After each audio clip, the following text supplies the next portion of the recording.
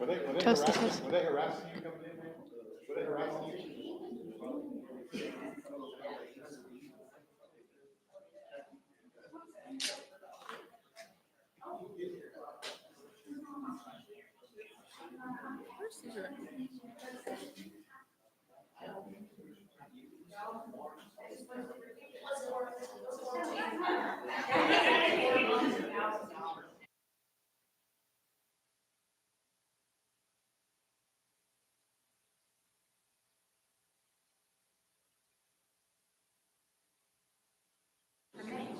I don't know what I have.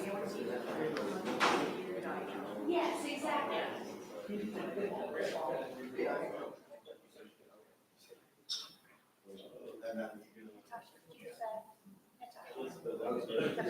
Oh, no, can you grab it, please? Thank you.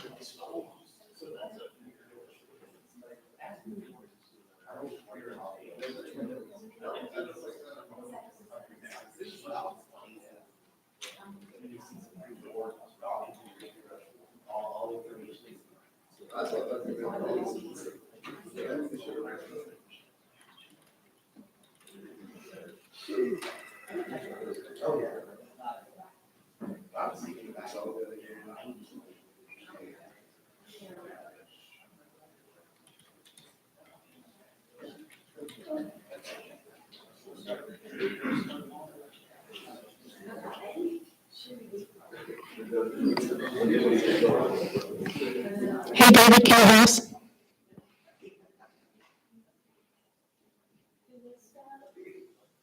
Hey, Lieutenant, can you hear me? Yes, we can hear you. I have the TV muted until it's time to speak. No, I appreciate that. If there's a way, the cat and animal ordinance that I guess is reference to either one amending or adopting the new ordinance. And I'm only gonna be there to clarify any questions. Okay, I'm going to put you back on mute. Thank you. Bye-bye.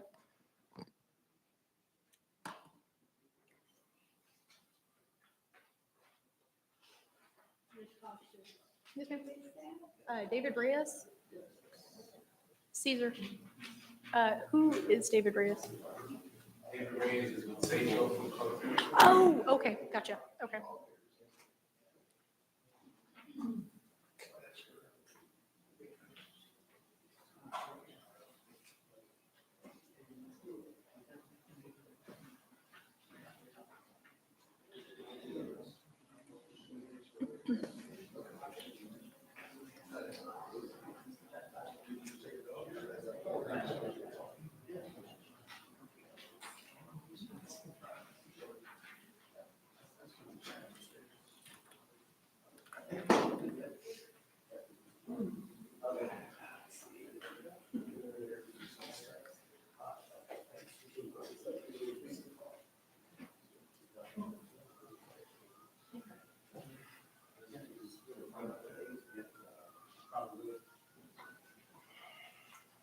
That's fine.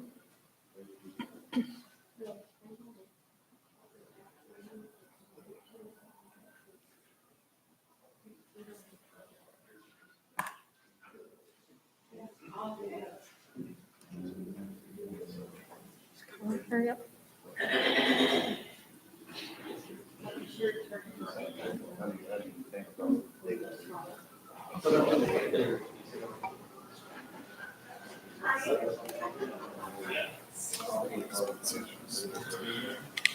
Hey, Caesar, we have some additional people logged in. Can you tell me when it's time for them to speak, what item it is?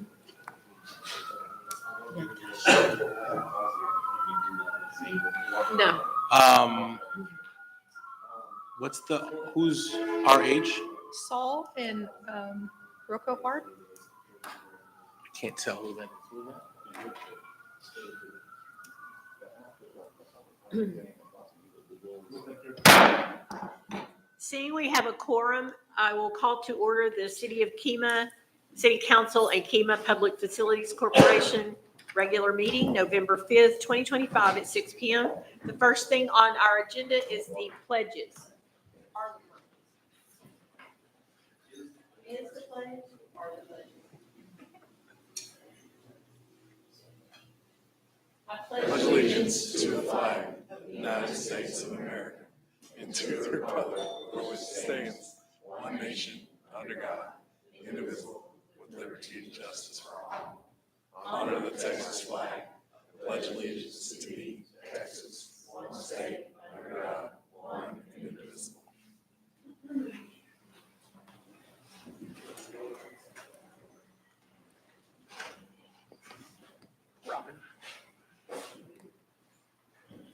Do you want me just to add it? Or do you, okay.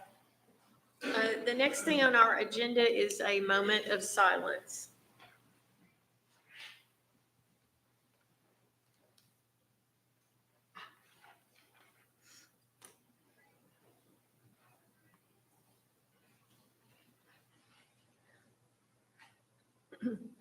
The next thing on the agenda is the invitation to address council. And first on the list tonight is Mr. Glenn Gordon.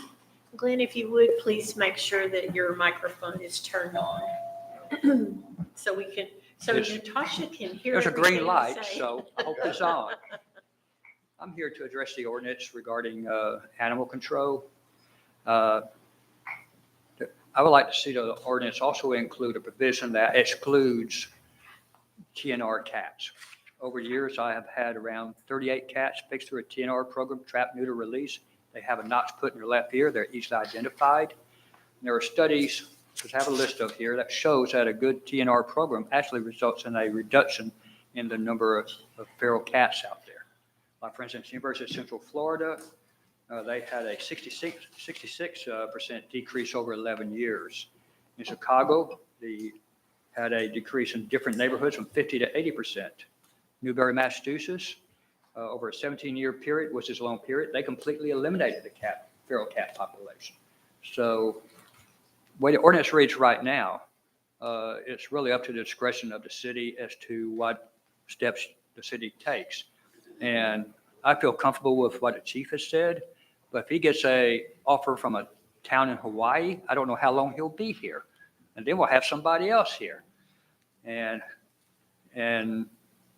I've had past experiences dealing with the city here where I've learned to be very careful about what the ordinances say. Because sometimes we have city officials who will take it to the extreme. So I'm hoping y'all will put a provision in the ordinance that will exclude all TNR cats from the provisions of the ordinance, including the fines for feeding them, also picking them up because they're deemed a nuisance. But I think you'll find that there'll be quite a few people here who are willing to work together to help enhance the TNR program.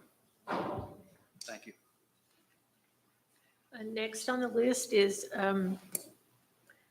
Dustin Sabernagel. No Dustin here. Oh, okay. We just signed, we thought we just signed, we'll wait for. They're with the Okay, Wing so Project. So Dustin, Ian, Norma, and Jerry would all rather wait to talk later? Yes, ma'am. Okay, all right, thank you.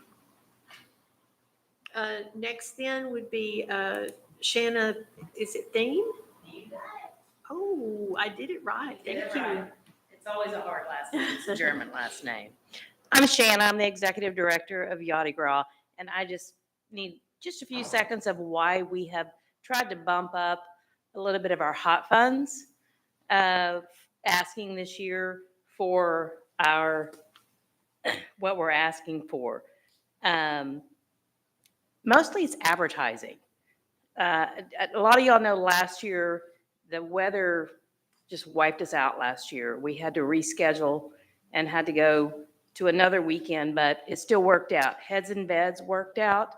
Not quite as much as they normally are. We're usually 100% occupied here. And I've got everybody set up for our Heads and Beds. We're adding 2 more events here in Kemah. I'm doing a cook-off this weekend.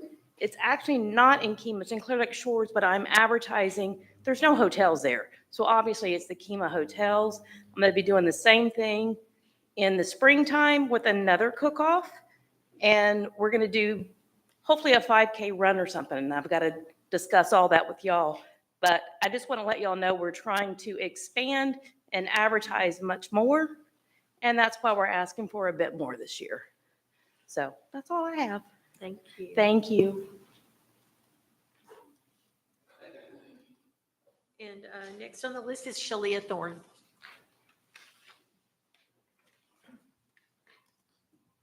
Thank you for adding me to the agenda for public speaking. Good afternoon, good evening, council, members of the public and staff. I'd like to commend the finance department on working on changing and updating finance reporting. It's been a breath of fresh air to see. I did have some questions on the draft that was listed for the audit. In one of the items, it stated that garbage disposal service was now placed with the municipal district. And it is and as we well know as taxpayers, that's being borne by tax dollars. So that may be a typo, or at worst, it's a misrepresentation. I would ask that they take a look at that. But again, I have nothing but kudos for finance. Very easy to read. Still haven't gone through all the numbers, but I've definitely gone through the written part. So again, I just want to commend them on getting that, and hopefully we'll be able to make sure that those policies as well, the finance, because there are procurement policies that that the city has, and they're actually governed by state law. For instance, that no project that's over 50,000 can just be put out, that has to be put out for bid. There's also internal controls in that manual that state for a certain length, for instance, 30,000, it has to be, don't quote me on it, maybe 2 bids, those types of things. And I realize that doesn't necessarily happen with the Joan Blackledge program, but for others, please adhere to that. And I think it would be great if they're actually, the staff is actually schooled on what those policies are, because I don't believe that all staff and departments know about the various policies. So again, thank you very much. Thanks. We don't have any proclamations and awards tonight.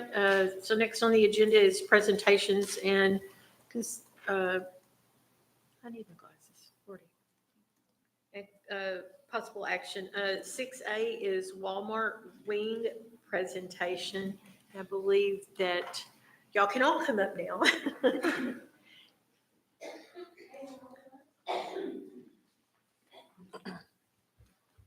Mayor, I'm going to have to also put on my glasses or none of this really matters. Good afternoon, good evening. My name is Jerry Brooks. I am the CEO and lead strategist for One World Strategy Group. We're a Houston-based firm that works directly with Walmart to ensure that as we're coming into communities, that we're engaging properly. Tonight with me, we have several members of our team who will present the presentation, but also here to answer questions. So we have Ian Bright, who is our head of site launch with Wing. We have Dustin Silbernagel, who is our engineer, who can talk about a variety of different things around that. Y'all probably know Norma Ramirez, who is the Walmart store manager, and she brought Jeff along with her, he's the AP Ops coach. And then we also have our planner, Jordan Cruz and Evan Duvall. And so tonight, first of all, good evening, and thank you, Mayor Collins, for allowing us to be here, and City Council. We're here to talk about something that may seem futuristic, but quite honestly, it is just actually pretty simple. Drone delivery, small packages to your homes. What's really important is that this is a partnership between Walmart and Wing. So we have the strongest drone delivery company in the country, along with a brand that you know and you can trust, and working together to solve problems. Look, we understand that Kemah is so cute. It's a coastal town. And so what we'll talk about tonight is how we're able to make it easier for residents to get things and tourists, but also to ensure that we don't damage any of the charm and beauty of Kemah. And with that, I'd like to turn it over to our colleague, Ian. Hey there, good evening. Ian Bright, Global Head of Site Launch and Real Estate for Wing. This is our presentation. I've done this many times. I know this is the first time you're seeing it, so tell me if I'm going too fast. And then after that, we'll have Dustin go through the site plan. Next slide, please. I think I need my readers. Content overview. We're going to talk about innovation at Walmart, Wing Ops, Wing site setup, and then go into questions. I don't know if questions are at the very end, but you guys will let me know. So our partnership is for last mile delivery. Speed, reliability, sustainability, and cost effectiveness is what we're looking for. We have over 15 locations already in Texas, the DFW Metro. I've had the pleasure of launching myself. I believe we're actually up to 18. And then we're also in North Carolina, soon to be Florida, and now Houston. Next. And next. Can you play this video or is it static? Please start. Well, you were going to get a video of a delivery, but I think that the upload didn't take. Go ahead next. We can send you another video if you guys would like. Benefits of drone delivery are we deliver with speed. We deliver at 65 miles an hour, give or take a few miles per hour, depending on wind and conditions. And the delivery's in about 20 minutes. We support local communities. We reduce traffic congestion. I think I need a coffee.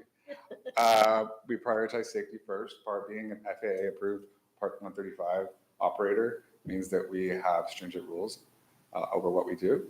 And then we also increase access to local businesses as well. And then we efficiently transport last minute goods. Next. All right, there's the drone. It can carry 2.3 pounds as of now. Its total weight is 11.7 pounds. It's made out of recycled plastic and styrofoam. It can go up to 65 miles per hour and 6 miles each way. Next. Privacy. So this is an actual image of a Wing employee that we took. The cameras are not meant to take photos or to surveil anyone, and there's no audio as well. And there's no upload of these images to anyone other than our executive board team. So I can't even access them.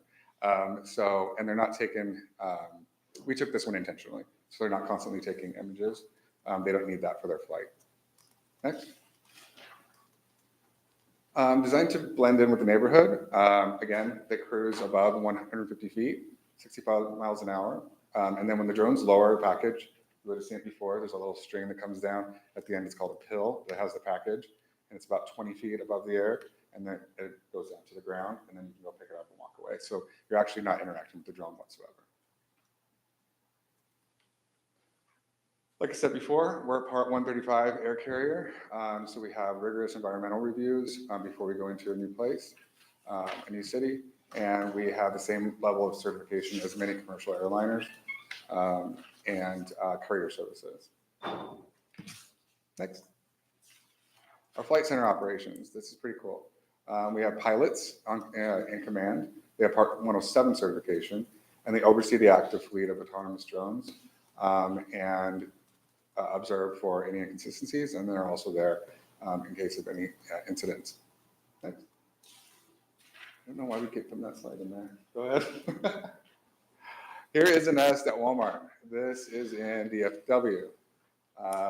And here is the flight line and has a fence around it. I'll show you a little more detail about that. And then the drones themselves are on charge pads. And then in between those charge pads are called fiducials. It's like a QR code, so they know where to go. Go ahead. Here's our fencing. And on the outside, we do have those little flyers for the community so they can know about the partnership between Walmart and we. Our battery energy generator that we call BESS internally. She is a battery storage system versus zero emissions, so versus a diesel generator. And that powers the whole flight line. This is another feature that we're adding to this Walmart. It's called an autoloader. There's no power going to these. They are simply, the packages are connected to them. And it's probably better to look at that one. You guys are looking at that one. An associate or a wing member will put the package in the middle there. And then again, the drone will lower after somebody's already out of that nest area. And I'll pick it up and take it away. And those fiducials there are the same thing, so that they know which autoloader to go to. So there's no power running to this whatsoever. It is just another way to deliver.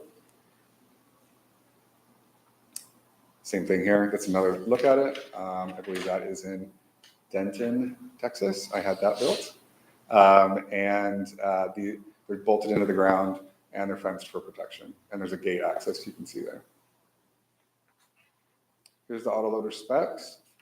Again, a fence that is 8 feet tall, the fiducials and the autoloaders themselves. Site installation, it's a very low lift construction. So day one, we'll do like striping around for safety around the nest area. Then the fence goes in, and that takes 1 to 2 days. And then the drone pod, which is the flight line you saw there, goes in, and then we connect it all to the battery generator. And then for the next 2-ish weeks, our pilots test it. And then we go live after all testing's been finished and we're certified and ready to go. And that's the end. Any questions, or do I wait until afterwards? I usually get the most, but. Do you have to be present for the drone to deliver something to your home? You do not, but we usually, I mean, that's the way it's just like Uber Eats or anything like that. Yeah, but it'll drop off and the pill end of it, you guys do have it, it will release. Okay, and does weather affect the delivery system? It does, extreme weather. Okay. Then we will not fly. Heavy storms, blizzards, things like that, we will not. And it's up to our piloting system and humans as well that say whether it's a go, no go. What are the hours of operation? I don't know what the hours are for your store. Currently in Texas, we're doing daytime. Will that change in the future? I don't know, but that's, sun up to sundown. It's typically what we're finding in Texas. And how many drones would be parked or whatever here? I don't know if that's what you call it or not, launched them. 18. 18? Yeah. Wow. Okay. I have a few questions. So one, my wife gets about 3 deliveries a week or more, so we're gonna need a dedicated. We could write your name on the wing of one But of she only has our drones. close to 3 pounds she can put in here now. She can't That was have- the next question. So what's the weight limit you can It deliver? says 2.3 2.3 pounds. So yeah. it's like last mile things. We also are building and launching a larger plane that'll have a bigger payload in the future. And then I'm sure we'll be before you to ask for permission for that as well. And then how far out, like, what's your limit? It's not just Kima city limits. it's 6 how far out miles. is it? 6 miles each way. 6 miles, pretty good ways. Yes. Where So you would can go all the you way to put the, almost San Leon. where would you put the nest at the Kima Walmart? That's for him. Yeah. That's the next presenter. Between the gas station. Before we go into that, I have a question for the Walmart team, Ms. Norma. How do you, not to put you on the spot, you can put your manager on the spot if you want. How do you, your store and you and your team are a big pillar in this community. You do a lot for everybody around here. How do you feel about adding this technology to your program? Okay, so. You can be honest. You don't have to give me the Walmart answer. You can give me the Ms. Norma answer. It's okay. Okay, so I would like to get your number. Now, she's so diplomatic. That's why she's such a pillar in our community. Are you No, excited? I mean, is it, Okay, so now repeat the question. how do you feel about adding this kind of technology to the operation that you're running? I Here, think this is a great thing that they are adding to us. I believe Kima in Walmart, actually, we have built a great relationship, and that's gonna really help the community, and it's gonna help also the store. So I think that's a great idea, and I feel really great that this is gonna be the first store in this area that they're gonna try. So we're hoping that we're gonna be able to get it. Is this the first one in like all of Houston Metro? Yes. So we're only in Yes, DFW's the first. Houston County, yes. Yes. So Kima name is gonna be out there. We're open doors, we've got about 18 sites in Canada, 15 to 18 sites in the DFW area. We are not in Houston yet, so you will be the first in Wow. HGAC and HGAC. We need to have like a ceremonial first delivery. Oh, Yeah. yes, definitely. We will, Deliver we will, Isaac to his house. He weighs more than 2.3 pounds. Thank I you. want to Thank you, Ms. apply for Norma. a job. I want to come and launch drones. What makes this really exciting is think about, it's 8 o'clock, you're making dinner, and you forgot one thing. You don't have to run back to the store. The baby's sick, you don't. Or wanna that let all the children- prescription, you don't It's not feel like prescription standing drugs, in that's line. alcohol Or some Yeah. over the counter. There's not Okay, prescriptions. all right. But just kind of think about that last Everyday life. item, you got home, you forgot your lemon, Mhm. you forgot whatever, it's that 2 pound. Oh, yeah. Yeah. What's the charge? Is there an extra charge for the delivery this way? I will get back to you on that. I'm not sure what I do not know. Okay. And what I will tell you is I don't answer questions wrong. No. I'd rather just step outside, call my team, and I'll get right back with you on that. Maybe if you're already a member of the delivery, whatever it's. Yeah, let's say base of membership. Yeah, yeah. Mayor, Council. Yes, sir. We were approached with this opportunity to be the first in the area. There are others in the region that are vying to try to beat us to it. We vetted it very thoroughly. We had several meetings, including police, fire, emergency management, to make sure that we address a lot of the issues that were the safety concerns. I think we probably gave you guys a pretty thorough beating, if you will, as far as questions that we asked for several hours on this. Also, in talking to other cities that have already implemented this in the Fort Worth area, where we have some contacts that we on our own went and found out some more, it has been a pretty neat, convenient thing for residents. So it's been very positively received. Relieves traffic congestion because there's less cars. It also actually, some folks have seen a slight bump in revenue as far as some of the stores because folks are more amicable to just do like a small run to do something and so forth. So the smaller visits add up more. But more importantly, the item that you'll be voting on later is including a variance for the parking. The reason for that is because we feel that this will alleviate the need for so much parking.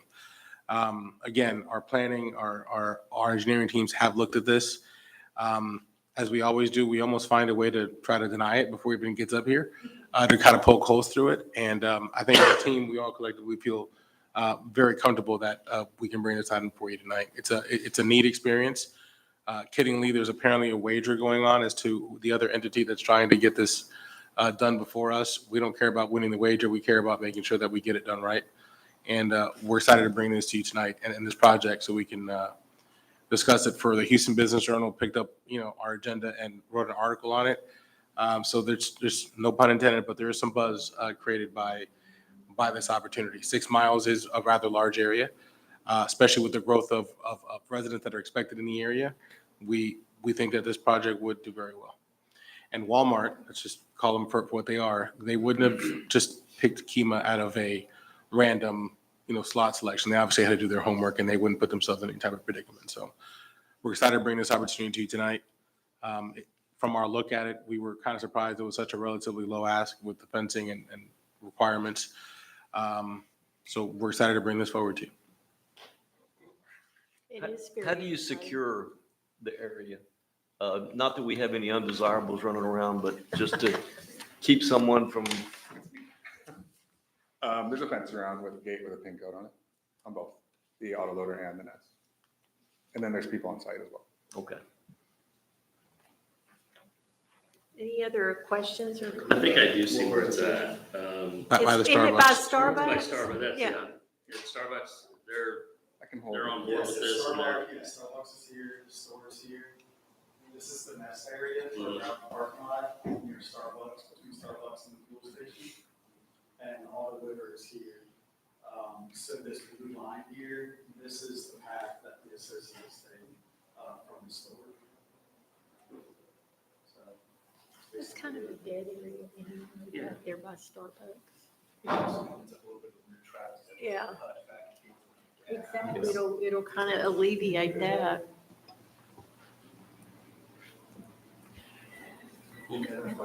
Any other questions or comments?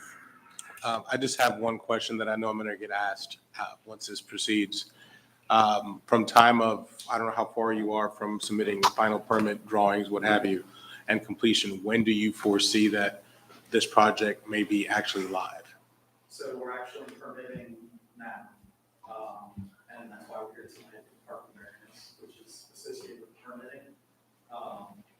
We expect within the next several weeks, once we get the permit. Yeah, so. I'm sure that's a question that's going to come up afterwards, back in our residents as well. Yeah, as far as like the service, I'm not exactly sure. We have to back with you as far as like building it and testing it. To build, yeah. And do you go online to order this lemon or whatever you forgot to cook with? You want to go into it? Go ahead. You have two different ways. You can go to the Wing app. And Okay. we are now integrating in certain area markets where you'll be able to go to the Walmart app. And that'll be something that will educate the community on, as well as when you go and you see this, it's like a fence in the parking lot. There's a little flyer box that has additional information for the community as well. Okay. But right now, there's two ways to buy. And Wing also does like launch events. So we'll partner with Walmart, however they want to unveil. And then we'll have folks there to answer questions and give demonstrations, and they can hold the drone, things like that. Okay. And of course, we'd hope that y'all would come. Absolutely. And Yeah. there's also a very neat video on social media somewhere where there's somebody that actually orders it to their house. I got a chance to see it after we posted the agenda, so I'll share that with everybody. We'll make it available via social media for our folks as well. That explains the entire process. The gentleman is in his home. Him and his wife are excited. They can't believe they ordered it. It comes, and it's all real life. You could see it's all actual, the way it works, but just so people have kind of a real life view of how this would work. So how do you handle apartment deliveries? We don't at this point. It's residential. well, with that question, so I live in Kemah Crossing, which is townhouses and patios, and we're almost like apartments. We're really close together, but we don't share a wall. Will you be able to deliver to our neighborhood also, or? I would need your address. Yeah, I was, explain to them how we determine that, how we determine how the deliveries work. Yeah, since the delivery zones, if there's multiple locations that you can deliver to safely.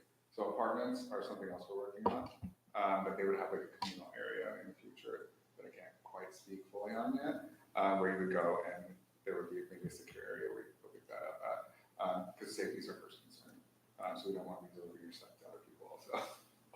And can you expound on how we get to the flights, how the drones know where to go, and so they'll understand how we know where we can deliver and where we cannot deliver? Just explain a little bit of that portion of the technology. Yeah, of course. So they avoid schools, and they avoid churches, they avoid the route of least resistance. And then it's also predetermined. It's artificial intelligence, but this is a company we've been working on this for over 13 years. And so I think the technology is, I've seen it in action tens of thousands of times in different states and countries. And so I think our safety record is pretty great, but I think that rigorous testing is how we get our accuracy. So what they also need to do is they need to make sure whatever the delivery site is, that there's clear of trees in a certain foot radius. Exactly. It's not radius, not the word, but I get to square, if I'm not mistaken, if I remember from the conversations, that they have enough clearance to do it. So if in your particular yard or communal area that you have within your home, there's enough space to do it, then they would be able to look at it from above and find out if it can safely drop there and then tell you if they could deliver there. That was one of the questions we asked because of your actual neighborhood. So if you're not in the zone when you open that, when we go live, send one of us your address and we'll see what we can do about it. I have just a quick logistical question that's probably more for Walmart than it is for you. The store is there. The nest is way on the far end of it. You're going to be having people take, if Darren needs a lemon, you're going to have a staff member just take a lemon out. It goes to that goes to area. the- No, it goes to the loading zone. Yeah, they come out That there. area gets a little, I mean, it gets jammed up traffic wise quite a bit as people are coming through there. Is that a concern for you at all? So Isn't this that would where be the no delivery different. pickup is already?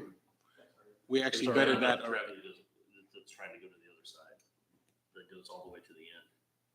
Right, all through there, But from there all the way to the end. They're already crossing it. They're already That's where their crossing it pickup for orders the are. pickup deliveries there. And there's signage and striping over the drivers. Because that's already your pickup zone for customers Yeah, that come those pick it two up. rows right there. Mhm. I think I can see that far. You have- I'm willing to correct it. I'm pretty sure. That was closer. Yeah, come on out. There we go. Look at the gray hairs up here, man. I didn't see it on the slides, but if you send it to me, I can do it. Well, they're making it to where they can come out the same place that the people do that do the pickup delivery, it looks like to me, you know? Mhm. So they're all using the same door, obviously, you know? Makes more sense. Yeah. Could I ask you, one, until we get to the item, to also share that so that folks from the audience can see that? Yes, absolutely. And Could you Council- turn that sideways so that folks from the audience can see as well? And Councilmember, I did reach out to one of my colleagues, and the cost is $0. $0. Yes, sir. Are there any more questions? Drawings flying all over the place. I know, I know. For free. Well, thank you all so very much. It was so interesting and exciting. And congratulations, Norma. We need a motion. Thank you very much. Yeah, thank you very Thank much. you so much for having me. Thank y'all. Thank y'all. Good meeting Thank you. you. Is it later? I just can't find it. Okay, the next item on our agenda is presentation of the 2024 fiscal year audit from Brooks Watson and Company. Are you going to present? Oh. Mike. From, Okay, sorry. Okay. Mike Brooks from Brooks Watson's here today. And first, I just want to say thank you for everything y'all have done for the city of Kemah. It's been a great partnership, and we applaud your services, and thank you for everything. Thank you, appreciate it.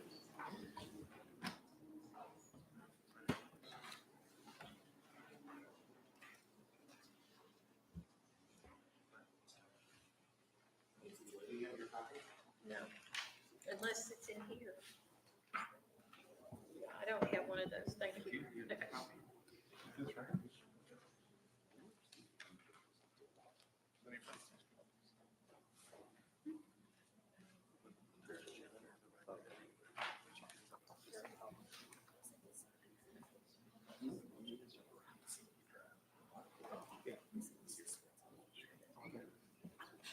No, I thought you meant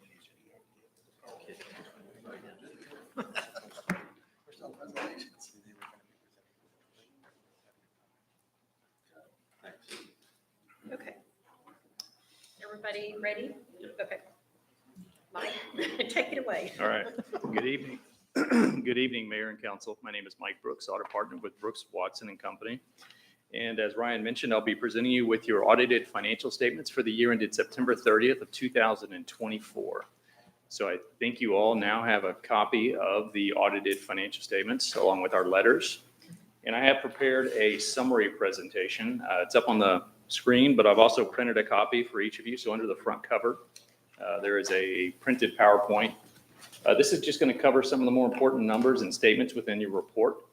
So I'll go over that now and then open it up to questions. All right, first, I just want to give a brief overview of the audit process. It can be broken into three general phases. The first is the planning and risk assessment phase. This is our fact-finding phase. So we're talking to Ryan, talking to city management, the various departments, trying to figure out what's happened this year. Any new agreements, new debt, capital projects, new departments, any changes in operations, basically anything that's going to impact the extent of the procedures that we perform over the city's financials. So our audit is tailored to focus on some of the higher risk areas. So the higher risk areas receive additional attention and additional procedures. But after this stage, we do come away with our preliminary audit plan. The next stage is the bulk of what we do. So this is your year-end field work. This is what most people are typically associate with an audit, but we're coming out and testing all of your material assets, liabilities, revenues, and expenditures across all funds citywide. And the final stage is the conclusion and reporting. This is the wrap-up of any findings that we have, the preparation of the financial statements, and the presentation and acceptance of the financial statements by council. Next, just want to go over the components of your financial report. It's a pretty lengthy report, but it does have several distinct sections. The first is the auditor's opinion, and that's followed by the management's discussion and analysis. Then the basic financial statements, which include your government-wide fund level and notes to the financial statements. Then finally, the required supplementary information in the back, which includes your budget actual for your general fund and your TMRS pension schedules. Next is what we consider to be the most important part of your audited financial statements. This is our contribution. So other than this letter, all numbers and policies and statements within the report is based off city data. But we do issue what's called an independent auditor's report. This can have four possible outcomes, the best being an unmodified audit opinion, and the worst being an adverse audit opinion. Now, an unmodified audit opinion would mean that these financial statements are free of any material misstatement, all footnotes are disclosed, and they are prepared in accordance with GAAP. So they are accurate and reliable. Basically, anything else, you don't want anything other than an unmodified audit opinion. So happy to say that we were able to issue an unmodified audit opinion over the city's financial statements. Next, I just want to touch on several financial highlights. As of the end of the year, total citywide assets exceeded liabilities by $21.4 million. Your governmental funds, which include general growth fund, your hot fund, and capital projects fund, had total fund balances of $4.5 million. This was a decrease of $2 million from the prior year. The city ended the year with a net pension asset in your TMRS pension fund of $146,000. So you actually had more assets in there than estimated to pay out. That's just going to be a temporary thing. It happens from time to time, but it will ultimately go down. And the city had an overall increase in net position of $1.2 million on the full accrual level. All right, next is a summary of the total revenues for the year. And their total governmental revenues were $8.3 million. This was an increase of about $412,000 from the prior year. Some of the larger revenue sources were property taxes at just over $1 million. That increased to $127,000. Sales taxes totaled $2.9 million, had a decrease of $237,000. Your charges for services totaled just under $900,000, had a decrease of $334,000. And other revenue, which totaled just under $300,000, had a decrease of about $900,000. In the prior year, there was the sale of land to the EDC for about that amount. So that's the reason for that large decrease. All right, next is a summary of your expenses for the year. As of the end of the year, expenses totaled just over $7 million. This was an increase of about $34,000. So very, very similar in total expenses. The three largest being public safety, which totaled $2.8 million, had an increase of $214,000. Public works totaled 1.2 million, had a decrease of about 95,000. And your general government expenses totaled 1.9, had a decrease of 468,000. All right. Next is a summary of the ending and changes in fund balance for your governmental funds. So this is just a summary statement similar to your income statement, but it's I do want to point out the overall changes, the increase or decrease in fund balance for each of the funds and your ending fund balances. So for the general fund this year, the general fund had a decrease in fund balance of 526,000. Hotel Motel had a slight decrease of 4,000. Your growth fund, the Kima Growth Fund, had an increase of 537,000. So no expenditures within that fund, just sales tax revenue that was transferred in. And your capital projects had a decrease this year of 2 million. And most of that was related to the Anders Road project. All right, next is the ending fund balances. So I'll start with the general fund. So at the end of the year, the general fund had an overall total fund balance of just under 3 million, so 2.2 million. Within that balance, there is what's called assigned fund balance and unassigned fund balance and some other categories. The total assigned portion within that fund balance totaled 530,000. However, the unassigned portion, when combined with your capital projects fund, actually ended in the year in a deficit of 100,000, just over 100,000, 105. Now, the reason for that is because your capital projects fund had a lot of capital outlay this year, but there was no funding within that fund to offset that. So after speaking with the city, there were some funds within the general fund that should have been transferred over to the capital projects fund to cover at least half of that. And the other portion, I think it's unclear to us exactly where that was going to come from, whether it was going to come from one of the other funds, EDC, Growth Fund, we're not sure. But the capital projects fund did end this year in a deficit fund balance position of about 1.8 million. So when you have that in a capital projects fund and you don't have a future funding source, a receivable or a grant that's coming in, and you're going to compare that to your general fund balance, you want to look at the net of those two, because ultimately it's going to end up pulling from whatever funds you have available, which is generally going to be your general fund, until council decides otherwise. All right. Your hotel motel fund ended with a fund balance of just under 1 million. Like I said, it had a slight decrease, and your growth fund ended at just under 3 million.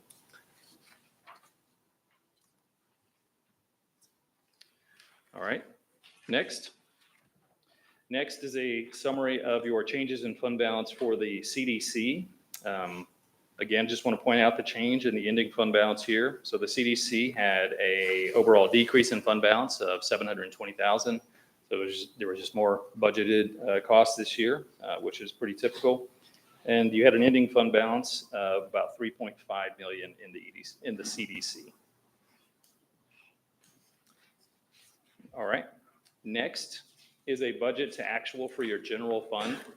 So on the left-hand side, under the final budget column, you'll see that the city did budget for a slight deficit this year after all the budget amendments were made of just under 38,000.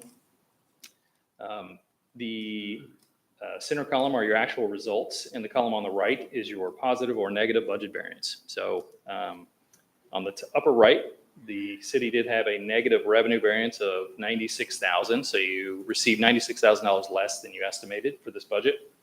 And below that, you had a negative expenditure variance of 563,000, meaning you spent or expended that amount more than your final budget.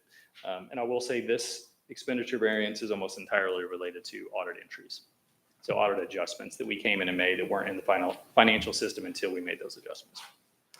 All right, but overall, the city had a overall negative budget variance of 488,000. So when you had a final budget estimated deficit of 38,000, actual deficit of 526,000, the difference is your negative budget variance. Okay, so that concludes the summary presentation But with that, I will open it up to questions.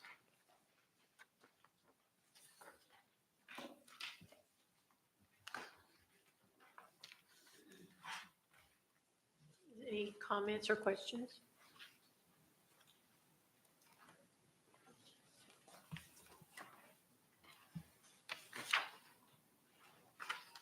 And do we have to have an action on this tonight? There is an action to approve this immediately after. Okay, so it's not, okay, it's a different number. I think we're done. yeah, I think we're done. I appreciate Okay. it very much. Thank you very much. All right, thank you. Working for you this year. All right, appreciate it. Thank Thank you. Okay, so next on the agenda is 6C, consideration and possible action to approve Resolution 2025-40, a resolution of the City Council of the City of Kima, Texas, accepting the results of the fiscal year 2023-2024 financial audit. Make a motion to approve resolution 2025-40. So we have a motion by Councilman Darren Broadus, a second by Councilman Doug Meisinger. All those in favor? Aye. Any opposed? Motion carries unanimously. Next on the agenda are mayor comments. Okay. Well, thank you all for coming out tonight. I'd like to start with a quick reminder that this will be council's only meeting in the month of November. Traditionally, we only have one meeting in November and December due to holidays. And our next meeting, unless we call a special one, would be on December the 3rd, Wednesday, December the 3rd. So one in November, one in December. We're approaching Veterans Day next Tuesday, November the 11th. And I want to take a moment to express our heartfelt gratitude to all of those who serve and continue to serve in the United States Armed Forces. Their courage, their sacrifice, and unwavering commitment protect the freedoms that we all enjoy every day here in Kima. We also want to extend this appreciation to our City of Kima staff, the members of their families that have served or are serving at present. So thank you all for your dedication to both our country and our community. And in observance of Veterans Day, the city offices will be closed next Tuesday. That's November the 11th. And as we enter the holiday season, please remember that city offices will close at noon right before November 26th, and then open again on Monday, December the 1st, in order that we can observe Thanksgiving and that our city employees can be with their families on Thanksgiving. Our city's about to take on a very festive holiday look again.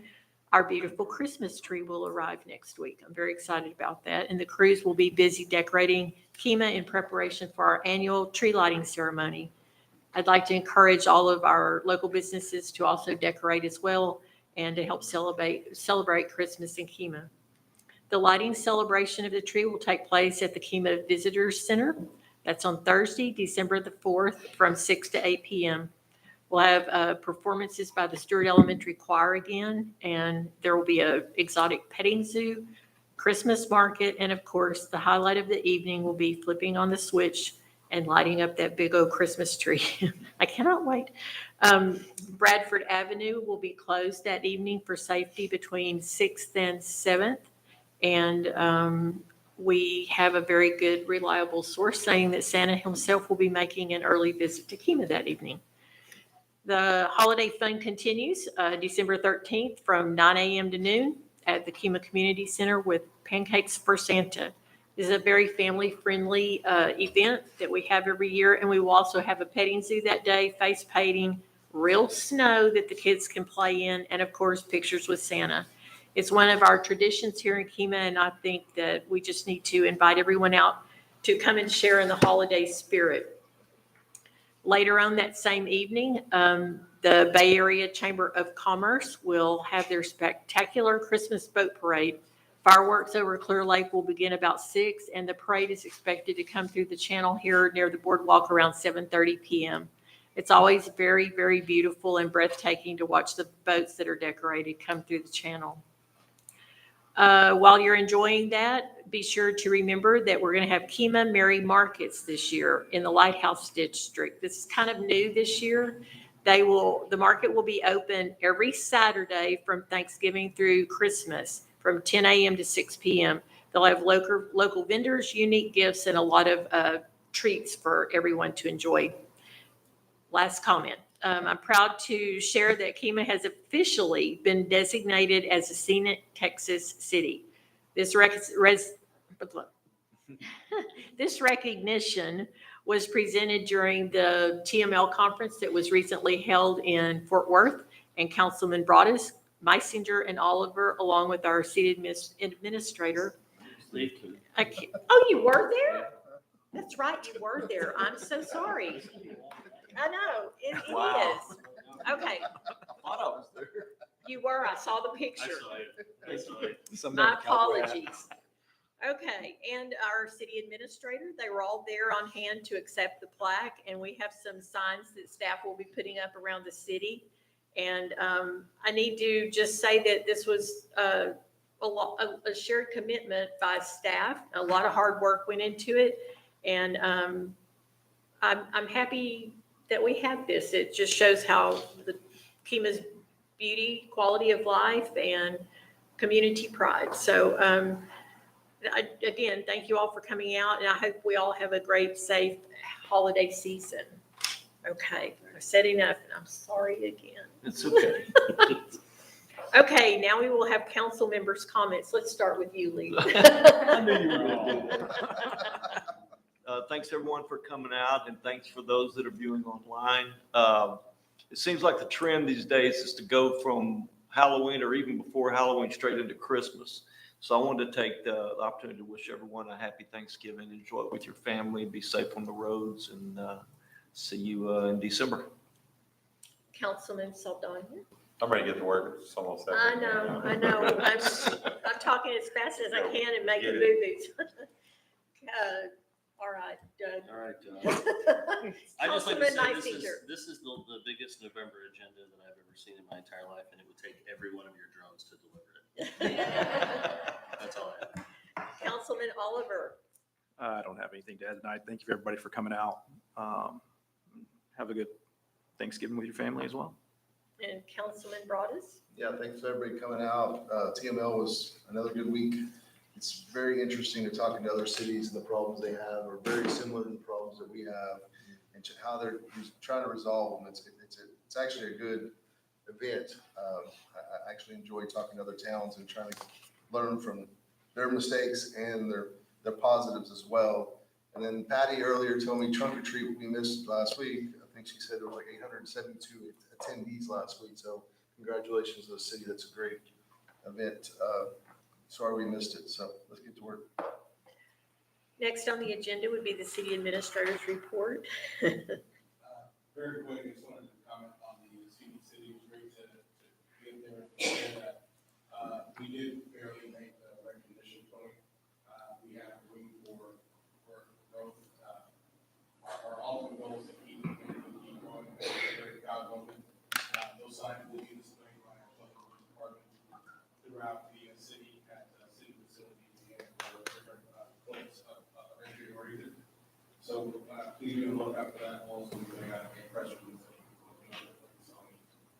So kudos to that, and kudos to the team putting together a very robust agenda tonight.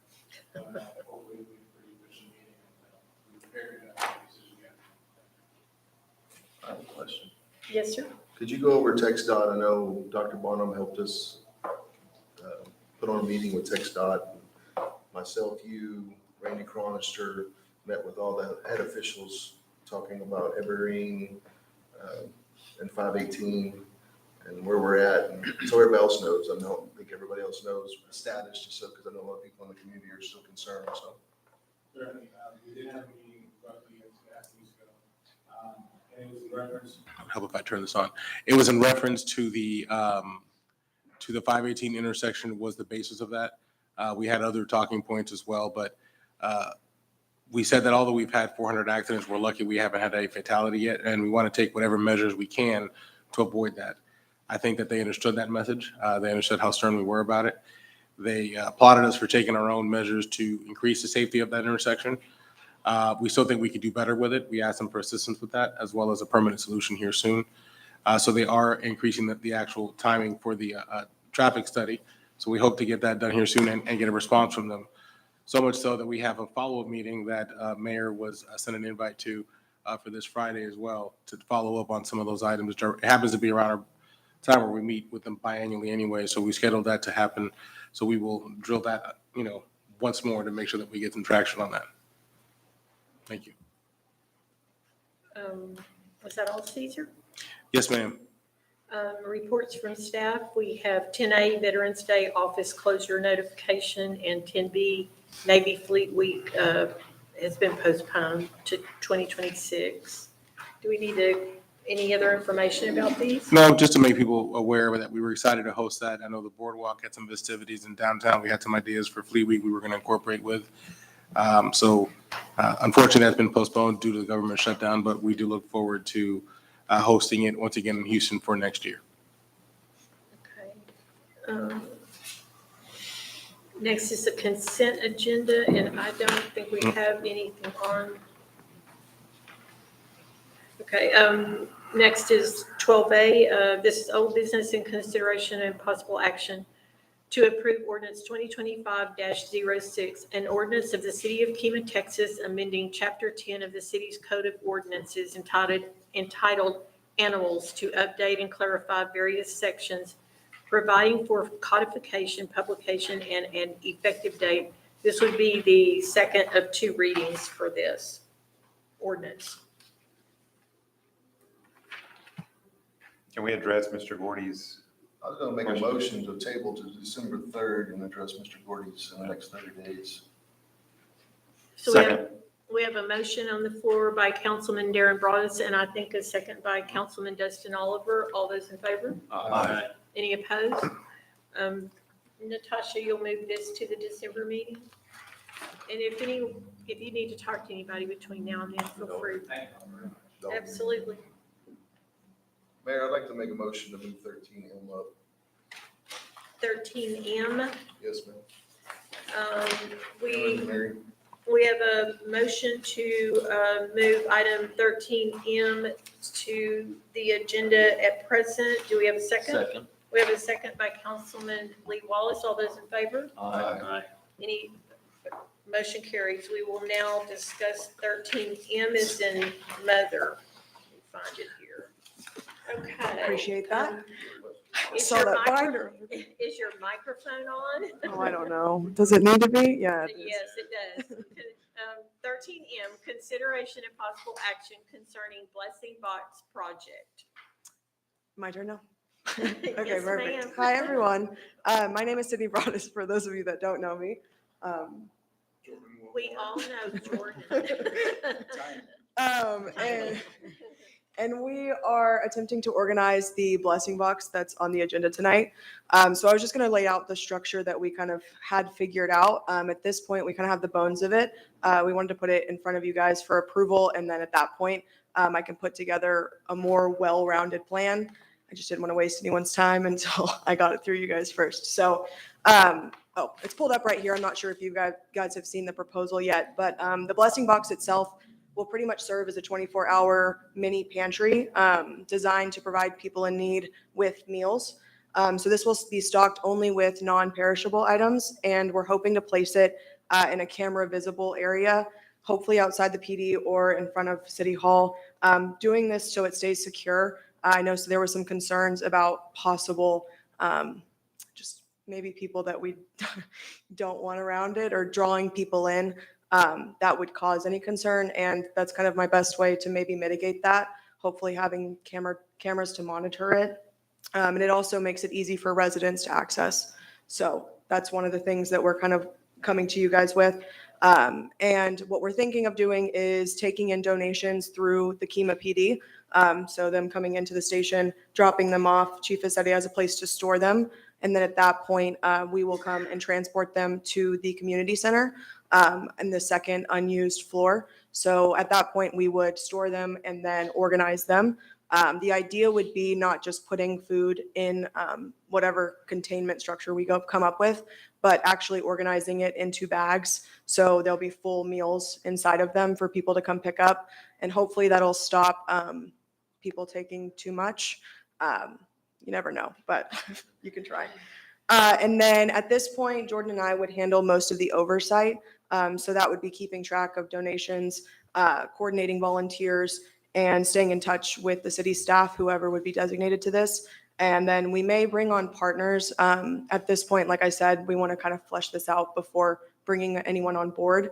And then, with that, we'll check and restock the box weekly at this point. I think we probably want to start pretty small and kind of figure out how it works before going any further. But with that, if we have any extra food, we will also be donating it to any local food shelters or any other blessing boxes nearby.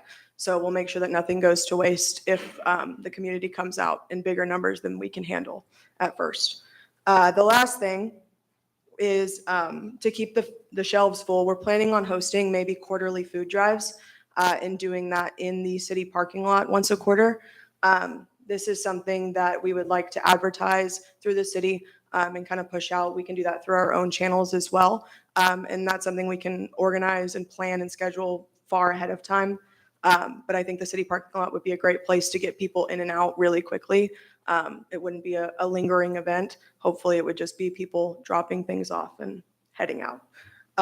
So I guess just to lay out everything that we're asking for is placing the box in front of the PD, the use of the second floor of the community center for storage, and the use of the city parking lot quarterly to host food drives. No money. I was told to say no money. So, I want no money from you. I want no money from you. Does council have any questions or comments? Well, kudos to the both of you for Absolutely. doing this. It's my wife and I worked at the food bank, volunteered one Saturday several years ago, and it's definitely needed. And it's a blessing to see our young people. And then y'all are definitely young to me. Everybody up here is young to me. But it's awesome to see young people getting involved in things like that. It gives me hope, and I Awesome. appreciate it. Yeah, and we talked to another guy who does this same concept in the area. He does it in Galveston County. He has 12 or 13 of them that he runs. And he said there's a huge need in our area. There's really nothing like this, not just in Kemah, but kind of the surrounding areas as well. And that the food drives, the food bank specifically in Galveston is really overrun and people are not really getting what they need from there. So he's seen a huge demand. So we've been talking to people that have done similar things to take insight and, kind of figure out how to organize this thing once we get to that point. And the timing is good with the government shutdown. Absolutely. Some things going away for, Yeah. and the holidays coming up. Absolutely. Good job, guys. Good job. Absolutely. Mayor and council, I have had the liberty of talking to some nonprofit groups in the area as well. They've also mentioned that pending on your approval to proceed with this project tonight, that they would like to support the efforts as well, to help support the cause. I will say Fellowship Church is also interested. I'm going to abstain from this just because she's my daughter, but we actually have reached out to them, and I've got a Peters into Clear Creek, right in Lake City, but they're right across the street from our residents as well. So I know they're big into Galveston urban ministry already, but I mean, hopefully they can help us out here in Kemah as well. So it's got wings, and I think we have a platform, and I think we have folks in this town that give. I think where I realized we had a need was the flood victims. When I came up here and worked that full day, how many people drove through the parking lot looking for stuff. I was amazed at how many people were asking instead of just giving. And that's when it opened my eyes that we have more of a need than maybe we're aware of. So that's where this kind of got originated from. But like I said, I'll be abstaining from this vote, so. Yeah, and if anything, any concerns come up regarding it, like I said, we have talked to potential partners, things like that might mitigate it. So that's something we can kind of discuss as well. And then if this goes forward, I'll work on putting together more of a well-rounded plan with who we're bringing on board and schedules and maybe volunteer schedules, all of that. And I can present that at the December meeting as well. So you Mayor and just need council, us I'm sorry. You just need us to approve the request in here, and then you'll work with them as far as dates. Yeah. Yeah, I won't need a lot from you guys. Hopefully I'll just report to Oh, we whoever, love those. whoever wants to Requesting kind of, A blessing box in front of the police station that would be lit and have a camera. Used to the second story of the community center, which is being unutilized now. We get the shelving donated and store the food. And if it's out there longer than 90 days, we'll donate to a food bank so it doesn't go to waste. And then use the parking lot kind of like we did for the flood victims once a quarter and do food drives. And if we end up with more than we need, we'll give it to other blessing boxes and or Galveston Food Bank. So. And we do want it in front of the police department. We have 24-hour surveillance out front. City crew came out the other day and put some new lighting out there. It's awesome. So we'd love to have it out front. I'll make a motion to approve item 13M, the blessing box project. Second. So we have a motion by Councilman Dustin Oliver, a second by Councilman Isaac Saldana. All those in favor? Aye. Any opposed? Motion carries unanimous. Thank you so y'all much. made it easy. Thanks, y'all. Have a good evening. Mayor, I'd like to move up 13H. We have a motion on the floor to move up 13H. We have a second. Second. We have a second by Councilman Lee Wallace. All those in favor? Aye. Any opposed? Motion carries. 13H, consideration and possible action to accept a donation of a ballistic vest to the Kemah Police Department for K-9 Tyson. And, Mayor, as we introduce our K-9 here for this item, we have the luxury that we've had a donation made available for a ballistic vest for our K-9. So the K-9 is present tonight, and we're asking for your approval to accept this donation. So we're excited for this opportunity. This would be a no-cost donation to us. And we're seeking, as you see, our K-9 Tyson is wearing the said to be donated vest pending your approval. Folks, so these are some wonderful colleagues of mine from Armor Express and Blue Lives Canine. One of them's out of New York City. The minute they actually helped us find the dog, and as soon as we got the dog, they were like, hey, we want to get a vest to him. So it just came in here recently, and we're super excited. We apologize for moving some of the chairs. He's a working dog, if you know what I mean. He's not to be petted. He's not for photo ops. He's the real deal, and we're excited to have him with us. So thank you. So I'm gonna grab one photo with him, like way away from him. So He's not for photo ops. Hold while I take a photo. I'm just, can y'all stand? The guy from Armor Express wanted a photo. Could y'all stand behind him? Sure. Very slowly. There, from there. Like we did the picture. Okay, can you get us all of this? All right, on three. 1, 2, 3. I guess we should have approved it before. Yeah, we might should have. He's so cute. Hold on, Reese, do not send the picture yet. Don't you have a bodysuit to wear? I think it's. I figured that dog gets out him like that shot did. I'd love to see his face. Thank you. I'll make a motion to accept a donation of a ballistic vest to the Kemah Police Department for K-9 Tyson. Second. We have a motion by Councilman Dustin Oliver, a second by Councilman Doug Meisinger. All those in favor? Aye. Any opposed? Motion carries unanimous. And Councilman Broadus, is there anything else you would like to rearrange? That's it. Okay, all right. Moving on. Now I've got to figure You out should where we just have were. Councilman Brown make the agenda. Well, I think our administration needs to know who's going to become speaking and try Well, to organize a little bit better. Yeah, we tried to do that Especially when the this agenda's time. this long. Yeah, That's what I yeah. said, when the agenda's this long. So we're working on that, I promise. I think we are now on 13A. Okay.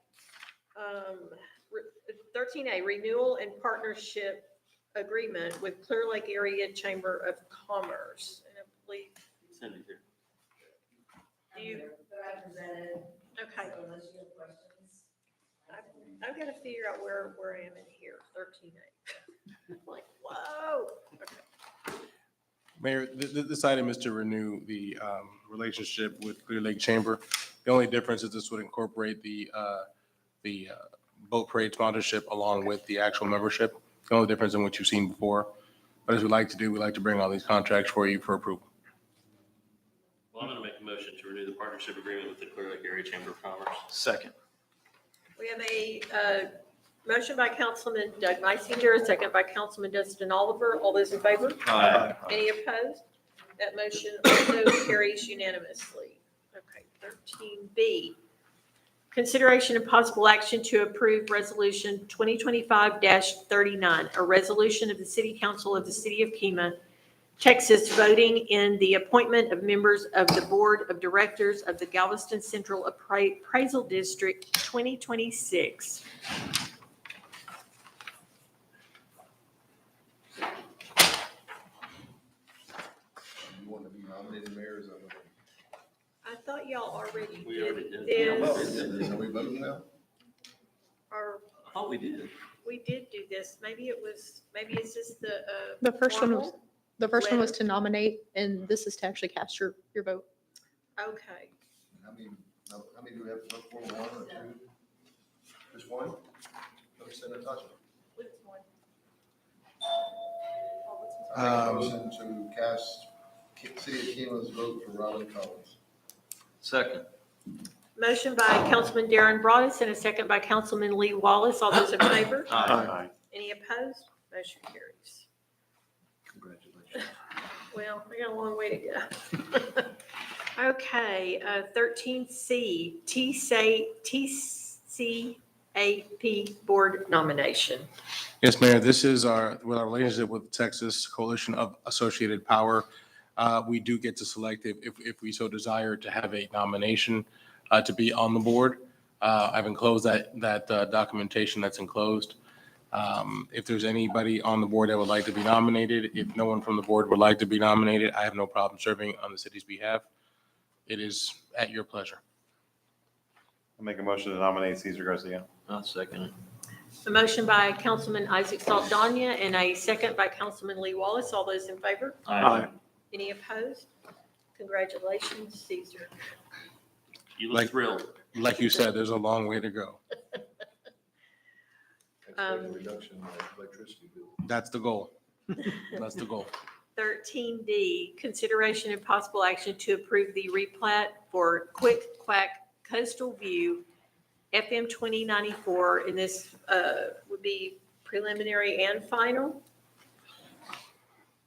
Yes, Mayor, we've got Isaac, who works with LJA and serves as our city engineer, who has brought this recommendation back forward after it was tabled a few meetings ago.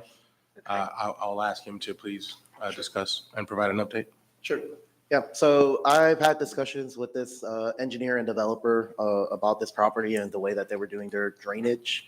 That was really one of the primary concerns, knowing that it's kind of an unusual, you have a lot on the north side, then you have the alley, and then you have the lot on the southern side.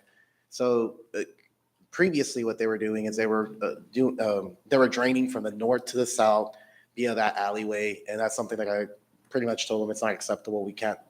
Guys can't drain in that direction. So what they've done and what they've gone back to do, I still have to review the plans fully, but from what I've seen, just in their latest submission, they've changed the drainage on the northern lot that is going to drain towards 8th Street, and the drainage on the southern lot is going to drain towards FM 2094. And they are providing detention, and they are also providing mitigation for the since this is in the floodplain. And currently, I had a meeting with them about a couple of weeks ago. They made those changes, and it's just a matter of approving the drainage plan. But overall, from what I've seen preliminarily, without diving fully into it, they're meeting what we had discussed in a meeting with them.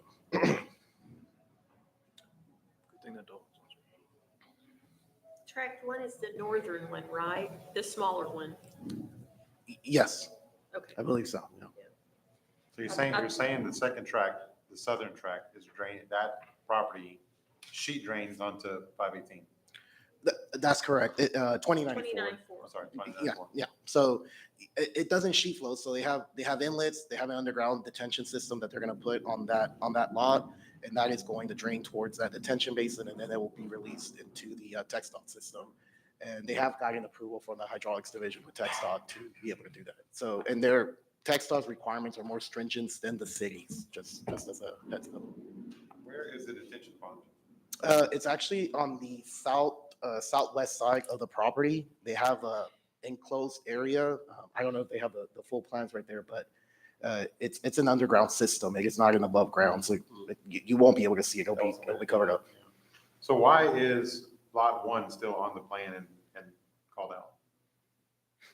Let's get the northern lot. They're still using that for placing vacuums, I believe, in order for cars to go park and vacuum their car and then be able to leave the property. So that's still on the plan, since that's part of what they had in their development.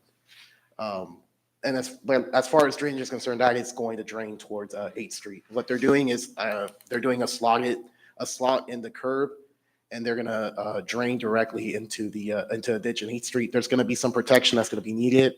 That's some of the things that we need to work out, because I saw they put some riprap and some concrete lining. I don't think it's enough. So I'm gonna be coming back to them on the comments, telling them, hey, we need to extend this a little bit more, because I'm concerned about the erosion on 8th Street. I don't want it to wash out underneath the roadway and cause any issues. But I think that is mostly a minor issue, since it's something that they should be easily be able to address. Well, I mean, I'm happy they resolved the drainage issue. Underground detention is exactly the way to solve that problem. Sure. Yep. But my question is, when you wash your car, are you going to drive across the easement to go get your vacuum done? Or you got to drive around the block to go to? No, you would drive across the alley easement. That's what I'm saying. So how can you incorporate the easement as part of your business plat? Well, because they're essentially doing a driveway into the easement, then you have another driveway into the other lot. So per the ordinances, code of ordinances, there's nothing that necessarily violates that, what they're doing.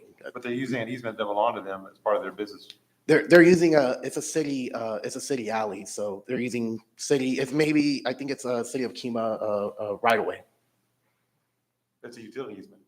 It's also an alley easement that belongs to the city of Kima.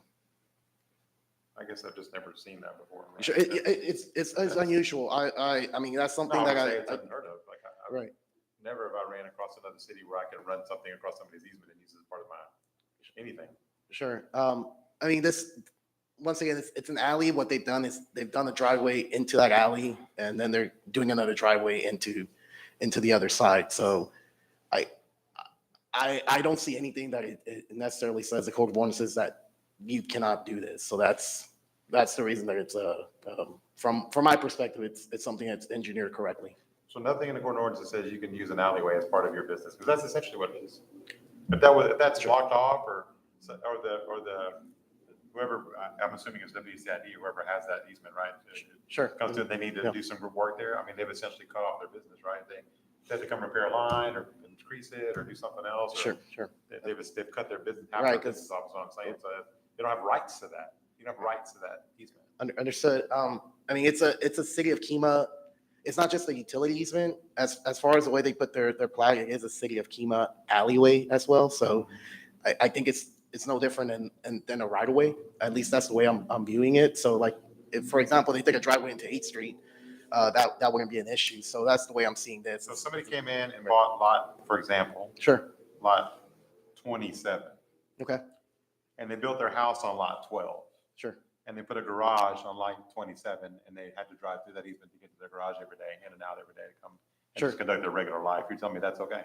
Right. I'm talking to a builder, I might do that. Sure, understood. I mean, it's an alleyway that's for the city, so technically you can use it to be able to access, because there's already some individuals that are using that. I'm not sure which individual lots, but I saw that they're from aerial imagery that it is being used to access some back lots. So I think it's once again, it's a city alleyway. It's not a private alley, so I don't find it unacceptable.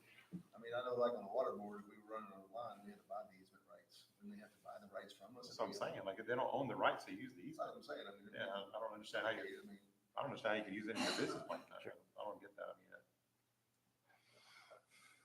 Admittingly, I'm not an expert on the ordinances like you are, but Understood. it just doesn't seem like I'm a builder. I mean, I've never been in any situation ever Sure. in the last 30 years Sure. that I've ever been able to build something across somebody else's easement Sure. for my own purpose. Sure. This never has happened ever.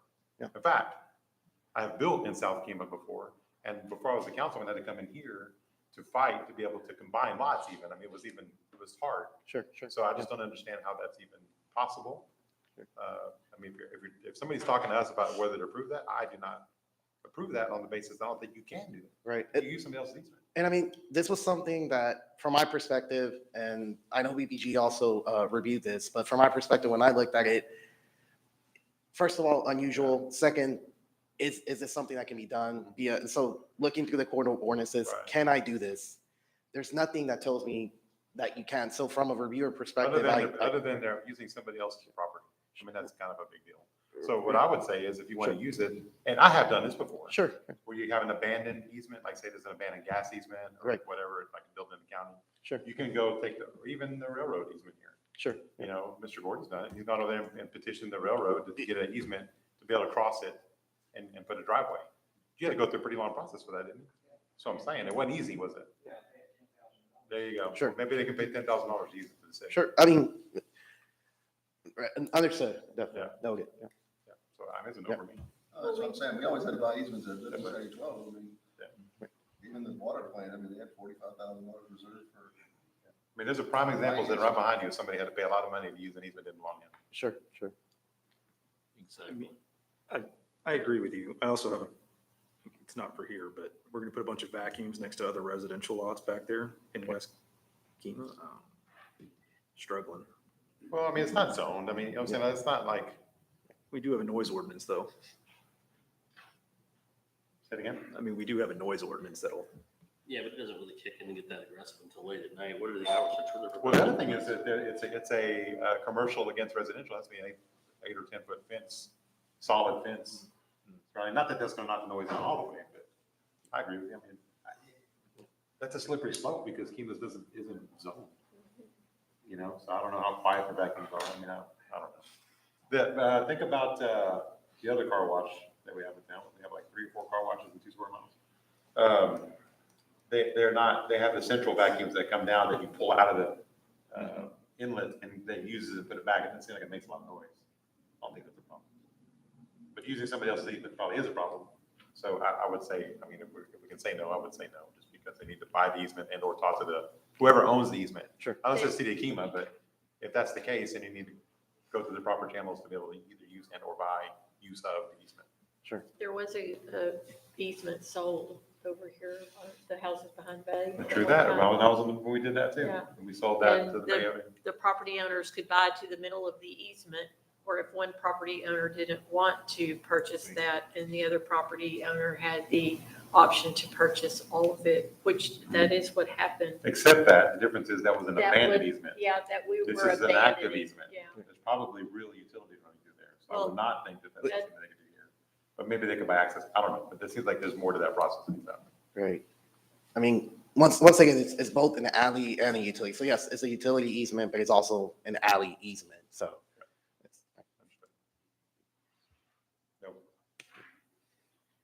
Do we have a motion? I think this 13D will die for lack of a motion. 13E, consideration and possible action, request for variance from section 98-78 for the parking requirements for the property generally located at 255 FM 518, parcel number 411541. Mayor, this is the item that Wing is here for, as far as the drone project. We're seeking your approval to move this item forward. I'll make a motion to approve the variance for the parking requirements for the property generally located at 255 FM 518.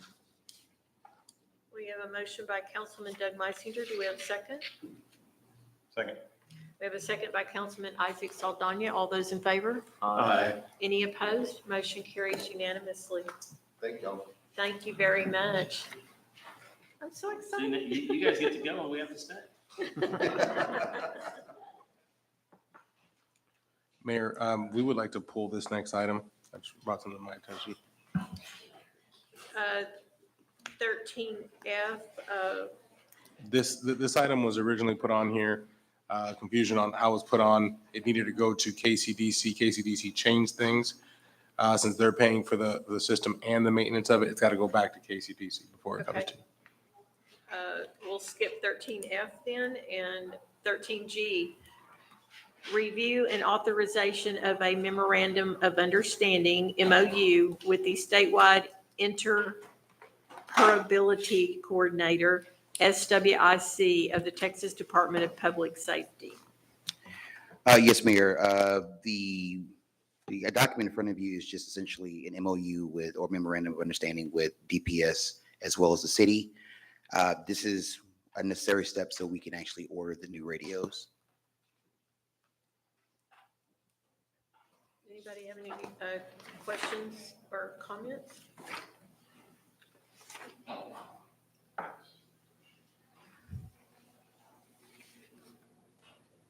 Make a motion to approve the memorandum of understanding with statewide interoperability coordinator of the Texas Department of Public Safety.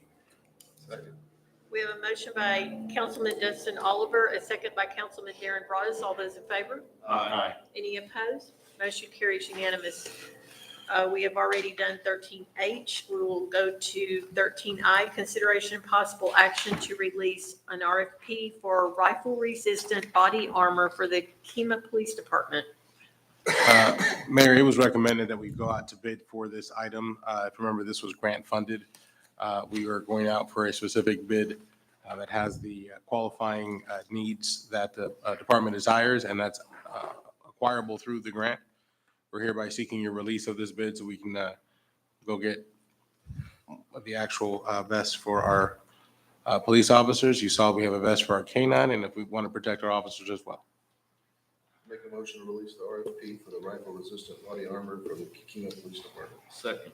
We have a motion by Councilman Darren Broadus and a second by Councilman Lee Wallace. All those in favor? Aye. Any opposed? Motion carries. 13J, consideration and possible approval to complete and pursue a grant application for the bullet-resistant components for law enforcement vehicles fiscal year 2026. Council, this is a grant application to apply once again for a no-match grant for bullet resistance to be added to our vehicles, our police vehicles. As you know, the caliber that's being used in weapons this day is not necessarily the safest with our current vehicles, and we're seeking to apply for this grant. There were questions on some of the policy changes that we would have to make should we be awarded this grant down the line. We did have a thorough discussion on that. We also invited Kyle to chime in on that as needed. So we're ready to answer any questions that you may have. Anybody have any questions or comments? Make a motion to complete and pursue a grant application for the bullet-resistant components for law enforcement vehicles, FY 2026. Second. We have a motion by Councilman Darren Broadus, a second by Councilman Lee Wallace. All those in favor? Aye. Any opposed? Nay. Did you get that, Natasha? Councilman Saldana? Motion carries. 13K, consideration and possible action to approve roll budget amendment to fiscal year 2026 for Professor Patrick Peters and his University of Houston graduate architecture class for the design of a memorial park in honor of Joanne Blackledge, former First Lady of Kemah, in the amount not to exceed $25,000. Thank you, Mayor. This item as well as the next one are both tied to the Kemah Beacon project that's come before you. They're in production. The University of Houston has signed their side of the MOU. We're now just aligning our budgets according to what our audit should allow to be proper activity so that we can properly account for these expenses when they become available. As you remember, we're going to split these between HOT and KCDC funds, and we're hereby asking for your permission to do the administrative tasks for the budget amendments to handle that. Do we have a motion? Make a motion to approve roll budget amendment for fiscal year 2026 for Professor Patrick Peters and his University of Houston graduate architects class for the design of a memorial park in honor of Joanne Blackledge, former First Lady of Kemah, in the amount not to exceed $25,000. We have a second? Second. We have a motion by Councilman Darren Broadus and a second by Councilman Lee Wallace. All those in favor? Aye. Any opposed? Motion carries. 13L, this is the other half of it, correct? Yes, the first half was KCDC. This half would be for the HOT funds. Consideration and possible action to approve roll budget amendment to fiscal year 2026 for Professor Patrick Peters and his University of Houston graduate architecture class for the design of a memorial park in honor of Joanne Blackledge, former First Lady of Kima, in the amount not to exceed $25,000. This is the KCDC portion of the project expended from hotel occupancy tax funds. Do I have a motion? I'll make a motion to approve roll budget amendment to fiscal year 2026 for Professor Patrick Peters and the University of Houston graduate architect class for the design of a memorial park in honor of Joanne Blackledge, First Lady of Kima, in the amount not to exceed $25,000. This is KCDC's portion. Do we have a second? Second. We have a motion by Councilman Darren Broadus, a second by Councilman Dustin Oliver. All those in favor? Aye. Any opposed? Motion carries. 13M, consideration and possible action, we've already done Done that 13M, sorry. 13N, consideration and possible action to approve the City of Kima's lighting of the Christmas tree ceremony on Thursday, December 4th, 2025, from 6 to 8 p.m. Make a motion to approve the City of Kima's lighting of the Christmas tree ceremony on Thursday, December 4th, 2025, from 6 p.m. to 8 p.m. Second. We have a motion by Councilman Darren Broadus, a second by Councilman Lee Wallace. All those in favor? Aye. Any opposed? Motion carries unanimously. 13O, consideration and possible action to approve the City of Kima's Pancakes with Santa community event on Saturday, December 13th from 9 to noon. Make a motion to approve the City of Kima's Pancake with Santa's community event on Saturday, December 13th, from 9 a.m. to noon. Second. We have a motion by Councilman Darren Broadus, a second by Councilman Dustin Oliver. All those in favor? Aye. Any opposed? Motion carries unanimously. 13P, consideration and possible action regarding hotel occupancy tax hot sponsorship applications. I believe you have a whole bunch of information in your packet on this one. The very last page of your packet has kind of a recap of what the committee came up with. And if you have any questions, Patty is here to answer them. Before we jump into it, when did we create this committee? Long time Because it's been us for a couple of years. So It was staff 1 year, I know, when Aaron was here. So the committee didn't, obviously it is just making a recommendation based on going through. I was going through all of the applications and making my recommendation. And so we formed a group just kind of to go over them and kind of more voices as opposed to just me making a recommendation.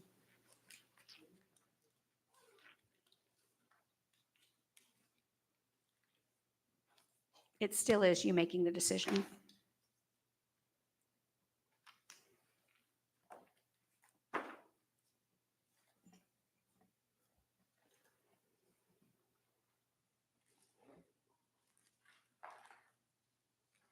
We're just gonna tackle these one at a time. Patty, would you like to? Mayor, if I can, just real quick, we could do this one at a time. We could do this all together as one. We could take that final table, scribble it out. I have my pen. You tell me what you'd like to do. I know there's been some discussion that since we budgeted 95,000, do you want to leave some room in case another event comes up? If you want to make any shavings anywhere else, we could do that. If you want to change this and start all over, your decision. I would question, we just approved 7,500 already in this council meeting, so that's not even a discussion, because it's already been approved. That one would be, yes. Yeah. So you can take that one off the list, because they already approved it. You could take it off, but it's still part of the 95. I understand what you're saying, but there's no sense talking about it, because it's already been approved. Okay. This one's always fun, so I'm open ears. So on the, I'm glad you brought that up. On the chamber, we actually have I'm sorry, was it 4,500? That's for 25. This is Oh, for 26. oh, okay. All right. Never mind. I mean, just to sum it up for me, the ones I'm interested in paying for are the offshore outlaw challenge, and elite fishing. And I'm open to discussion on the crew to lock and the boardwalk. I like that amount. I mean, the final amount's good. If you want to cap it at 95,000, right? 95, Yeah. yes. Unless you want to leave room in case something happens during the year that Well, it's not happened like we one should. year, you know. But we can that's- just do a budget amendment when that comes up. There is additional money above and beyond the 95. Correct, if you wanted to take it out of Yeah. your, But I think we just do that as an as-come basis. Right? How do we know what to set aside? I mean, remember that a few years ago, TCYC came and had an Olympic event. Yeah, that's Which what was really happened, great, and yeah. that was just a one-off, right? So I don't know that you necessarily plan for it now, you just know that it becomes willing to entertain them, but for right now. And Leanna tells me that we have a fund balance left from this year, I believe is, do you know? I think it's 3,700, 35 to 3,700. We're also working on other items that are probably more hot worthy. I wrote down 3,700 today. But I mean, Did you? again, Okay. for me, Outlaw Challenge, Cruise to Lock, we talk about the boardwalk and the Lead Fishing Series, and what they ask for, because I think those have the best bang for their buck. I mean, the Elite Fishing Series actually puts on a TV show here. I think just an added comment, because me and Patty were talking about something else earlier. It didn't come to my attention till our conversation, but KCDC is paying for a program that we can go back and look at these dates and see how many people are in town. So we can start justifying off real numbers instead of just what they're telling us on these pieces of paper that I have no idea if they're correct or even, it might be more, it might be less. 'Cause I heard 1,000 for trunk or treat and then came in at 872. That's a pretty good guess. I mean, Yeah, that was just. But based guessing. on what you're saying, like, that's a real good point. Based on what you're saying, that's why I say I support these, because of actually these few actually show up with their documentation every time they book roads. I've seen that from them. So, and I think these are the biggest bang for your buck. All these one-offs, I mean, again, I think we have bigger fish to fry with hot dogs. And I just, Well, historically, do we always grant what's requested, or do we? No. every now and then we'll do more. This, You know, just- originally, many years ago, I think the premise of this was, if I remember correctly, when an event got started, that it was seed money to get you started, and you were supposed to raise money and get less and less every year so you could sustain on your own. That was the original premise of it. And that It is didn't how a lot of always cities do it. work that way. Right. And we tried a lot of things one year because we had a lot of money and it hadn't been spent in many years, and we tried a lot of different things.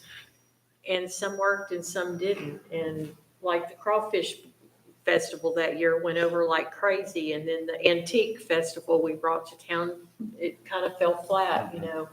I enjoyed it, but I guess not enough people did, you know. So, I think if you read, like maybe that's a city's imposed method. But if you read about how hot funds works, what you do, and exactly what Darren said, you figure out how much they bring to town, and you take a percentage of that and give it back. That's how I think it's supposed to work. I think that's how the textbook is supposed to work. I would make a motion to table this list. May absolutely have to have the funds between now and December 3rd, but I would like to send this list to our main hotelers, the Boardwalk Inn, the Marriott, and get their input as well, because they know what events are bringing heads and beds into their. and I think it's going to be skewed a bit, Isaac, in that some of those events cover a larger geographic area with their statistics when they come speak to us, not just Kima city limits or Oh, no, I get Kima it, but hotels. what I you look know. at when I look at it is who's paying Kima, or what advertisement they're Yeah. doing specifically for Kima. Yeah. And about the hoteliers, I think fundamentally that's a great idea. But as long as I've been involved with the city, we've tried that over and over and over and over. Yeah, they don't show. And those guys are too busy running their business, man.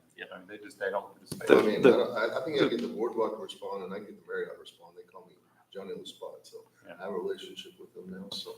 Well, then they should be on the committee. Well, I don't disagree. I mean, we need to get there. And I try to avoid this with all, I've seen this the last I know. 3 years, and this is always. The only issue I have with this, Patty, maybe you can help me. There are scores on here that are lower than others that are getting, let's just use Crew to Lock. They asked for 45. You're recommending 45. They scored a 75. And then we go down to Elite, as an example. They requested 20.4. You're recommending 18, but they scored a 95. I don't understand how we have some that are getting what they want, scoring lower, and some scoring higher and getting cut down their ask. I don't understand the math logic behind the score. So I'm for both of right. those events and supporting them, Mhm. but if we're gonna put this information out there, it's not gonna take a whole lot for someone to go, why'd I get cut? I outscored all these other ones. And I Right. got cut and they got more. That's gonna, So some of the scoring, the scoring basically had to do with, the scoring is a average of what the different committee members said. And so sometimes the community support for different, or the community support for different events, the amount of time that they've been in the community, the things that they do within the community weren't necessarily part of the actual scoring process, but were notes added by the different committee members as to the event's importance. And then also, if you're asking for $7,500, that's a lot different than asking for $50,000. And so it's a little easier to give that $7,500 as opposed to a full. And then the amounts also were ranked with what percentage, like if they were asking for a certain amount, how much was, for example, take the first one off the top, how much is 82% of 50,000, and then factored in with the other scoring. So I'm also fine with tabling this until next. Yeah. Well, we already, I guess, sort of have a motion. But by- what's the plan though? Like, you want to indefinitely table or table the next meeting? No, Like what do kind you of time wanna- frame you put on it? state that as I a mean, I would motion. think you'd have to have December 3rd. I mean, all this stuff is fixing to happen. Well, yeah, I mean, we got the Christmas parade handled, which would probably be useful before then. Outlaw Challenge is not till next year. He's on the calendar. Show is not till next year. Kulak and Yachty Gras comes up right after the first of the year, and they're planning. it goes October to. Right. December, you still Yeah. have time. Boardwalk is June, July next year, so we've got time there. What about the total amount? Is everybody feel okay with the total amount? I actually like that part. The 95, yeah. I'm fine with that being the cap. I think we budgeted. Yeah. That's, Yeah. that is exactly what's budgeted. Like I said, that's what we budgeted. Yeah, that's what you budgeted. Stay with I'm trying to think. And what- that was- Streamline that a little bit, like you could say, we approved the amount of 9,500 pending, or 95,000 pending. That's been put in the hotel, but I don't know. I'm trying to figure out a way how to make it a little easier, because they're gonna show up in December and they might have totally different opinions than we do. Then we have to rehash it out again. Well, you I'll did, do it tonight, I was just throwing. No, I mean, I agree with you. I mean, I'm all for input. I mean, the Placer AI, we can get hard data that we can look at. But I mean, like, the elite fishing tournament doesn't, in my opinion, bring a lot of people to town for the actual tournament, but you get national advertisement and marketing through Discovery Channel and all that That's stuff. why it's So, I mean, hard it's very to cheap for what compare you're them, doing. yeah, That, for me, that was the ROI, right? Right. yeah. The ROI, and that's really, really high. But Because if you couldn't get that. You only keep the tournament here, if we go below what he's asking, that'd be the next question. I mean, we may talk to him. Because he's got a cost to run this tournament here locally, so. So even if you just did those events, I recommended a full price, it's $104,900. That's already in our budget. So I don't know. I mean, if you talk to those guys, they all want more, right? I mean, I've talked to Paul Robinson a lot, actually, because I think it's a great event. And he would love for us to pay more, because I mentioned to him, well, why don't you do more in Kima? Why don't you unload the boats in Kima? So he started a train over here on Texas Avenue. Well, so-and-so, paid a little bit more money, so we could put it over there. I think we have, what, 2 events here? Do we have the Stampede, and then we have the I think at the boardwalk where they give out the awards, right? The 2 events. Those two. Yeah, I mean, he'd do more, because that's a very attended event. And those people come from all over, and they actually have a lot of disposable income. and do remember that the requirements for the hot funding is that they do both heads and beds and meet one of those 7 criteria. It's not like a either or, it's a put heads and beds and one of the different criterias for being eligible for it. And honestly, I would like to see that reflected in the score. To me, And that was reflected in the scoring in the individual questions. And I can get those to you. It just, we were trying to, there was a lot of information there. And so, I gotta be honest with you, that should be reflected even before it's put in front of us, I think. If they don't meet that criteria, they shouldn't be on the list. Well, and Well- that's what was incorporated. If you notice, each one of these applications has a score and a rank to the right on this table. So that's why, according to this, your Yachty Grog came in first because it did hit both of those with a score of 95. While the rest of them, you notice one of them scored 17 and was not recommended for funding. There's two up here, scored 17 and 32, ranked 10 and 11, and were not recommended for funding. So those things were taken into account by the committee and scored appropriately as to how each one of those scores interpreted how they met those guidelines. there's a motion to table, right? Well, do you want to make that official motion to a I want to table? make a motion to table, but I want stipulations that we pull Placer AI data and that we send it to both the Boardwalk and the Marriott for feedback from both of those organizations. And I believe we had a second by one of you. Well, but before we officially make that, can you add that it goes to the Boardwalk Inn general manager? Don't call me or Jacob for it. yeah, no, that was Send understood. it to Robert, send it Right. to the hotel division. I'll have to go to you for his contact, but yes.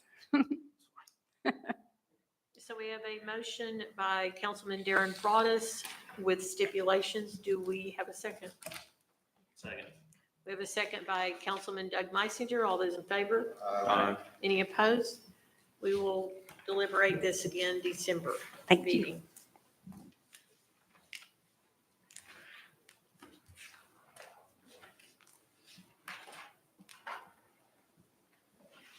Q, consideration and possible action on approval of GCTD advertising opportunity on new mid-size buses to be used as rolling billboards for up to 7 years. Thanks, Mayor. I actually had the pleasure of looking through Placer AI. I sat with them this afternoon, actually, and looked at some of the areas where we've lost some actual visitors. And the Angleton, Lake Jackson area has been one of those. There's two buses that are bringing online. If you notice, as the image is shown, where the back plate of the buses are available for advertisement. Normally, they go for $10,000 per bus. They've given us, since we are a partner, a discounted rate of $8,000 for each one. There's a bus that travels throughout Galveston County, another one that goes through Brazoria County, cumulative 200 miles per day per bus, up to 6 days per week. And this advertisement will be good for the entirety as long as the printing is still viable. So if you choose to do print media, then this would allow you to have a rolling billboard that would travel throughout those vicinities for visibility reasons. We're searching for tonight is to see if you're interested in this opportunity to advertise on two of these buses. We would incorporate that to be a Discover Kemah theme of some sort to get more people to come to Kemah.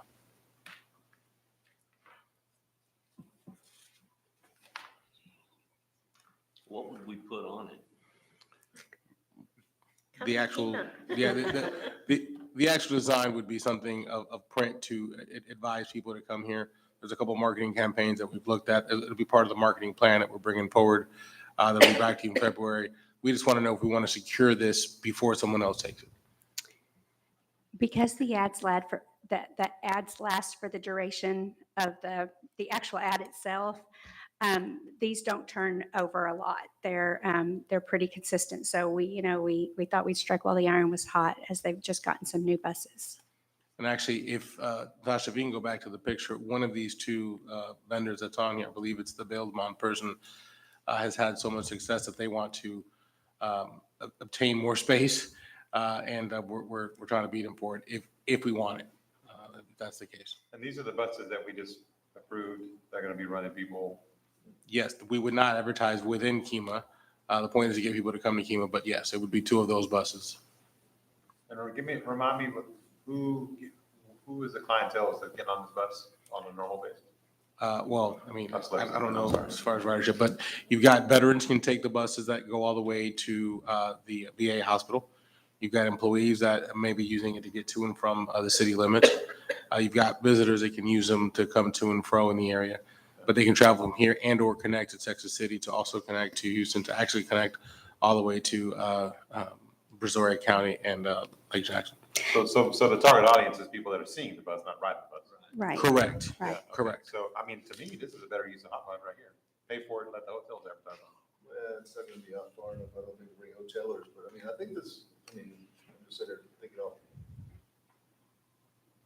what if we did something and did this in the KCDC and put it on our next agenda, and we go to all the restaurants and fill 8 or 10 spots, send it out to all the restaurants, and we do a 50-50 KCDC, which would be chemo, and let T-Bone Tom's, Tookies, whoever, Coconut Grove, do it that way and do like a 50-50 with them like we do with the Halo. So there is other advertisement available on the sides.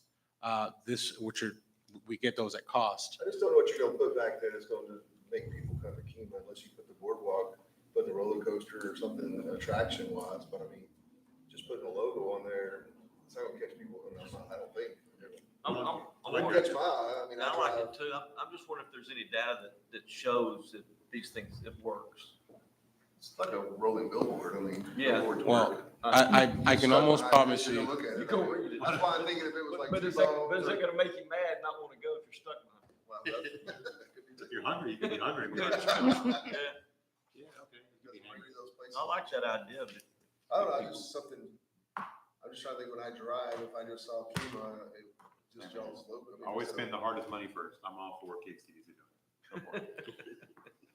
Well, Come out- we're This trying to this be would more come out of our business- advertisement we're budget, trying to but be more yes. business friendly too, so I mean, this may be an opportunity for us to figure out some sort of design where Kima's the centerpiece, but then I'm kind of thinking like the boardwalk does at Minute Maid Stadium or Lincoln Stadium, where they have all their logos in left field, something that's similar to that, but have Kima as a center point, but then give everybody an opportunity to advertise around it at a discounted rate or whatever, but I mean, that way we're being business friendly. That's what we're really trying to accomplish at KCDC right now, so it might be a good avenue for us to go down that path. Sounds like real economic development. So I would make a motion that we table this and move it to the KCDC budget in 2 weeks. Second. We have a motion by Councilman Darren Broadus, a second by Councilman Isaac Saldana. All those in favor? Aye. Any opposed? Motion carries. We will now adjourn the meeting at 7:51 for an executive session.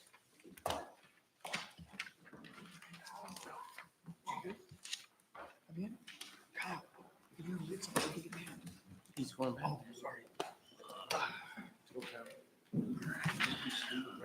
I know, I can't believe I did that and I brought my own here. You're my own special. You saw me looking for I know, I was like, what is wrong?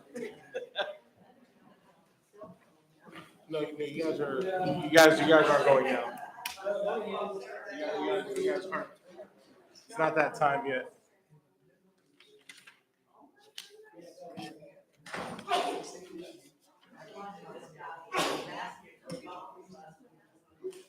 That's me.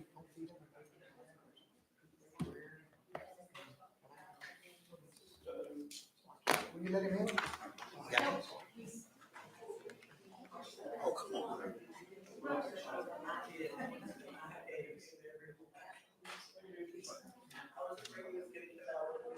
She got a freak.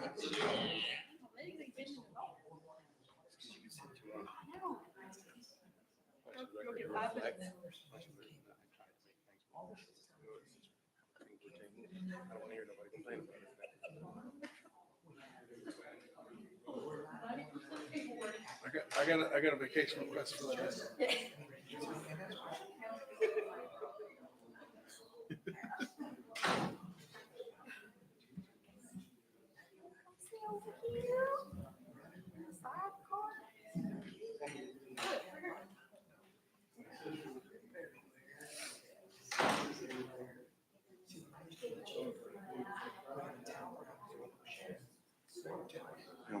Doing the posting. The posting.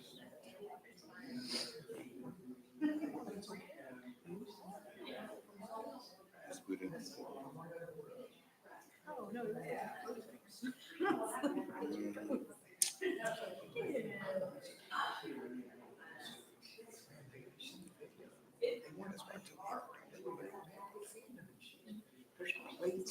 don't care. I don't care who asks. That's what it's. I don't care who asks. Answer your question. There you go. Yes, ma'am. And that's why we moved the chair, extra chairs out. Yeah. And also, I have a red beacon. Where's the best? Let me get the drink. And so it gets lost or.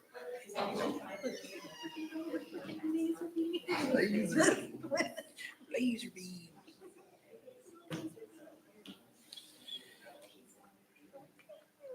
I'm gonna go get me a Red Bull. I already did this. We got a half energy drink in the fridge. You want it to- I have. It's, I need a whole baby. it's green apple. No, No, it's Jolly Rancher.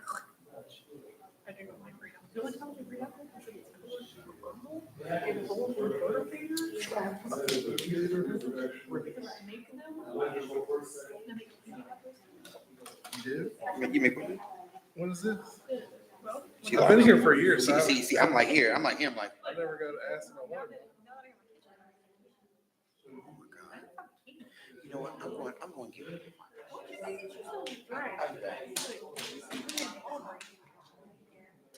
daughter loves. My daughter loves an apple.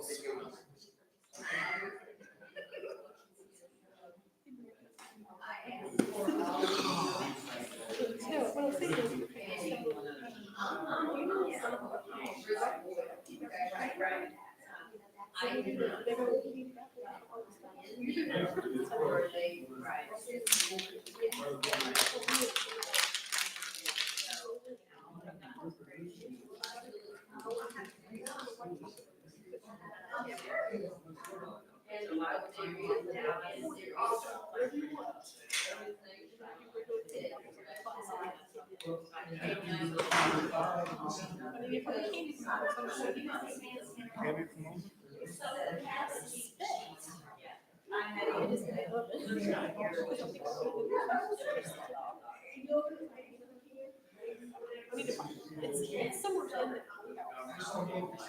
I'm up. Can I go back there?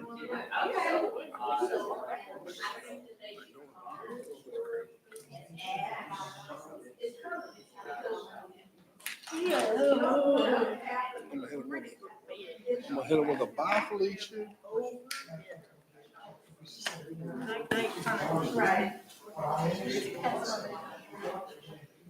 I can still make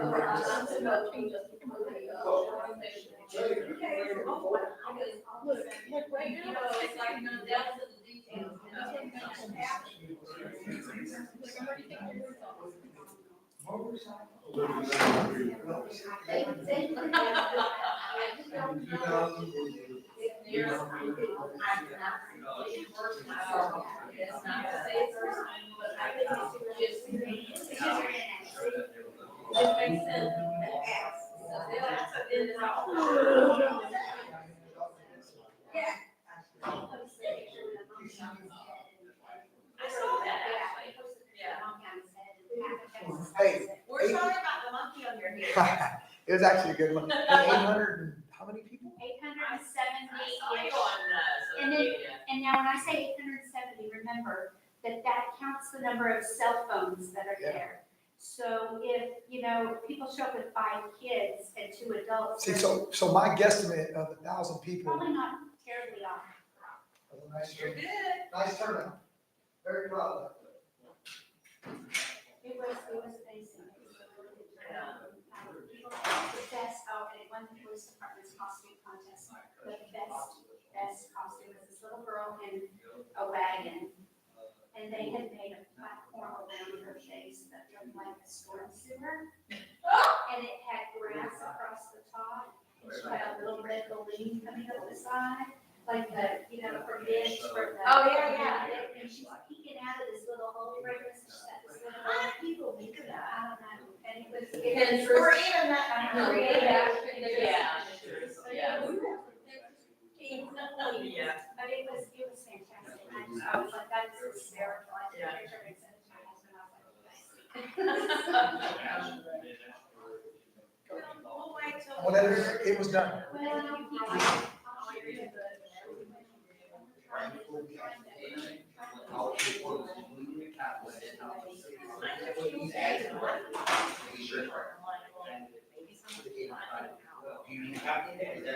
well, I just wanted to just make sure. I did it on work. I'll give it, You know, because sometimes you give somebody something and they may say because they didn't find it happen or they didn't update their record.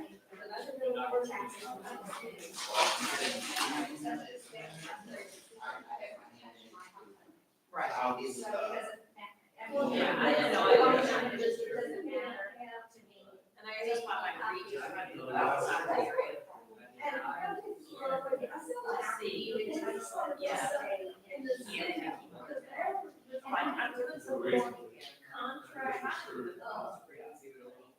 It's actually part of a state code. It doesn't even do that. Just have a conversation. Just have a conversation. I don't know.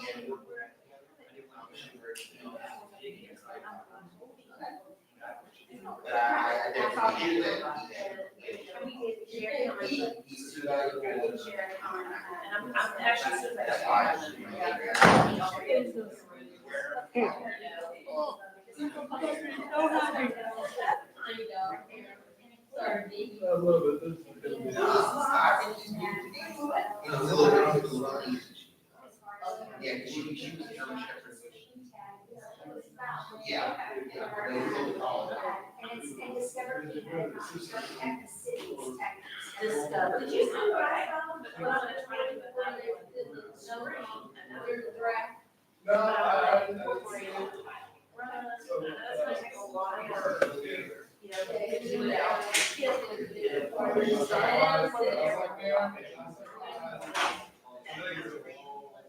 Oh, yeah, yes. So I'm trying to think of different County things. meetings. Yeah. County meetings that county guarantees. Some. We shared it, and said we love it, and we have a good about Yeah. Right. So they're actually, And it isn't putting the drops on Friday. It's hard. Right. And I found out the reason we did it. I called the fire chief, and he's like, no, he's not. In fact, it's almost, that is their church that has the, city, it was either the. For like, contract. Right, it was on the page, it was right.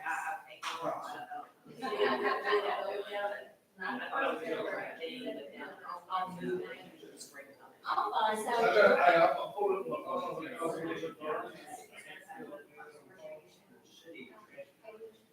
We just, council just approved.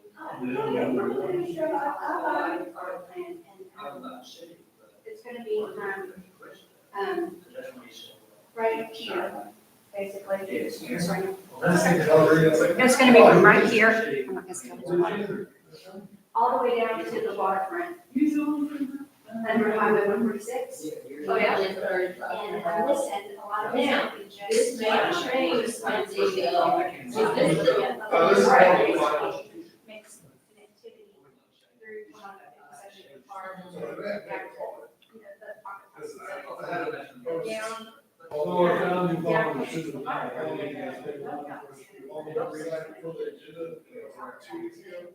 Okay. So. That's basically this is our main program. Okay, that's fine. We're around here, I don't even know. Yeah. Weird. That's why I did when he was like Let me know. Yeah. And And I'm so like, we're, okay. some of the things we're looking at doing, both of this really is really great by the for those who live in a Primarily living resident where where with the setting of all the city now, is the ones who are resident, and usually we do it. That's why I can be heard.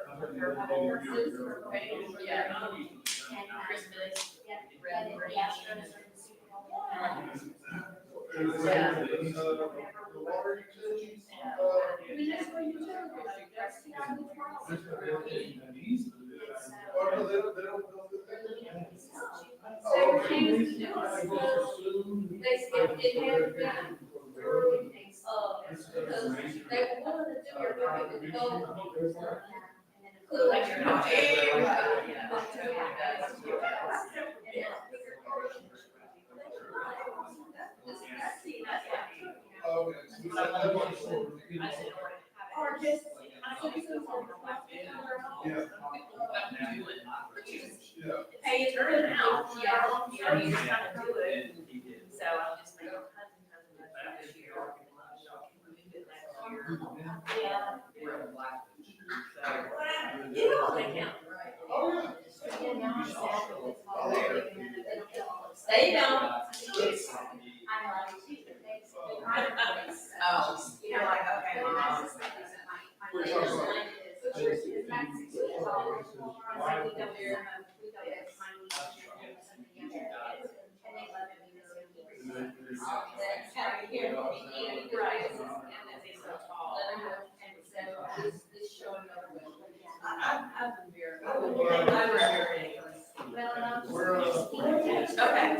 I'll be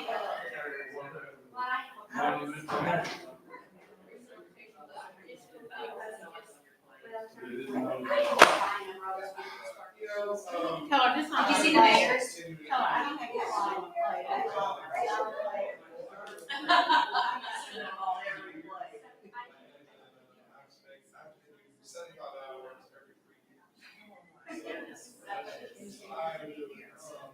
Yeah. Have you seen the mayor's shoes? I am. The mayor's shoes are silver. I felt like I was like dead. You know, winter when I walked out. And I'm chilling. Yeah, it was the same thing. I just got all over.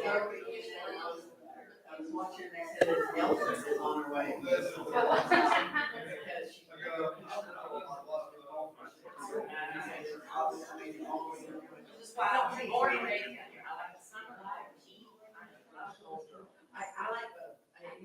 I do like to put on a little bit of leather and stuff here and there, but I don't like to clothes.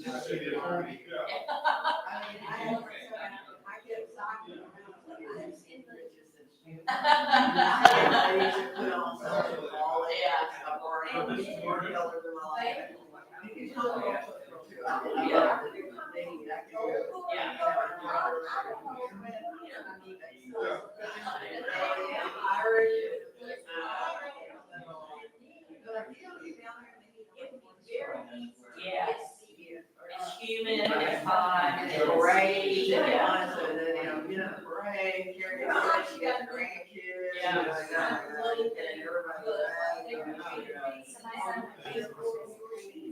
In March, he was running, and all of a sudden he wasn't sweating. The trainers are all like, or some people are like, that's are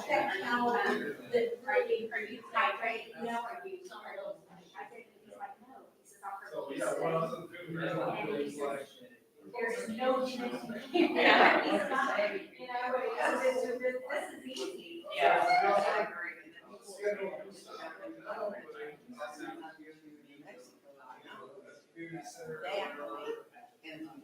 So, we have some talks. Oh, yeah. They can't.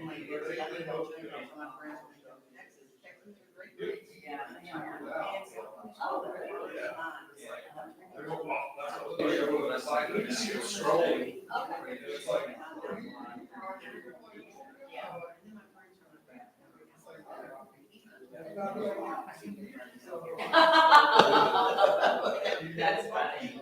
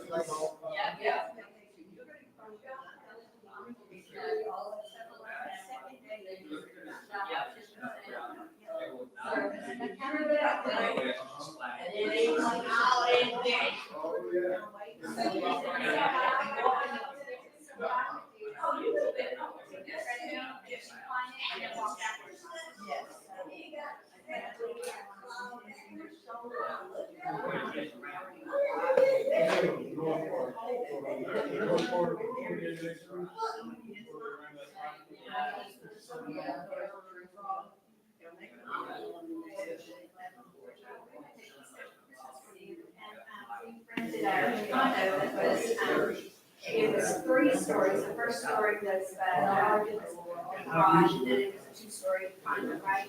And we're carrying it to the stairs to the first story.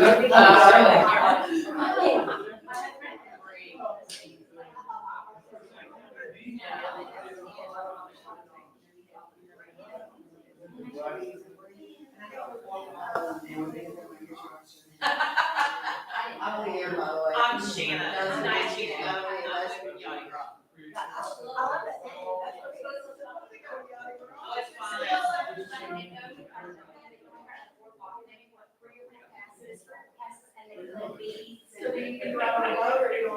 on the top of all of our VIP section. So, and then the Coast Guard is really different by the boats and they're all decorated. That sounds like a blast. It's Mardi Gras. It's at night, so they're all lit. Yeah. And it's not just big boats. It's small boats, big boats, medium boats. We talk about. Forgot my drink. Little gold or. Last year. Last year was our first year, in 26 years that the Coast Guard was doing this. But they also have some gals. No, the weather. Thunder, bad, lightning. That's never been cast, but now it's been. Interesting. With the wind and all, they never canceled. The farthest we go on was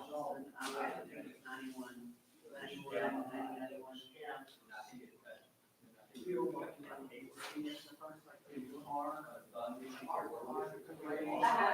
then there was, this is the first one, I know there, I remember that one, I remember crazy, that I know, I was Oh, yeah. and they had all those, and they had their. You guys are more releasing. If you remember your report, okay. Oh, yeah. Oh, I had to, I have to get one. Yeah, everybody else is getting. I mean, I was there with TV forever. Oh, yeah.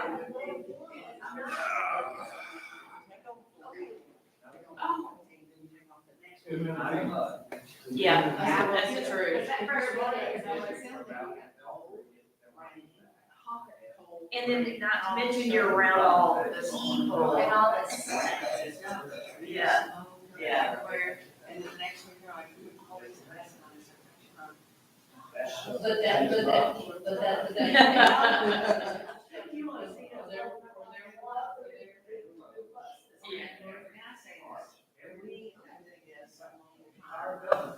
But they don't have outrageous.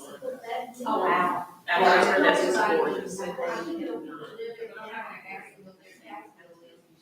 they do not have, Oh. You know, they can market all. Yeah. You said, but not, they to the MSP, not to WCI. Muscling on the shoulder. Right.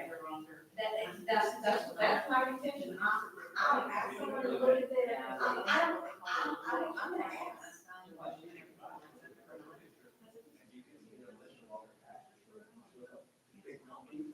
Yeah.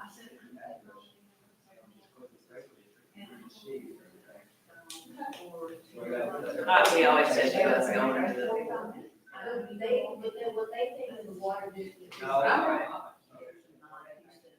Well, I'm gonna go look at one. Yeah. I'm gonna go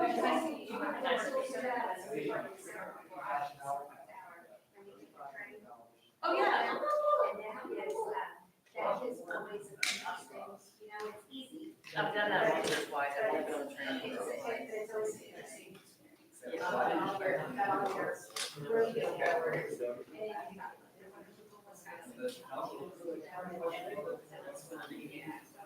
Okay, but. Girl, thank you for everything. I get out of here.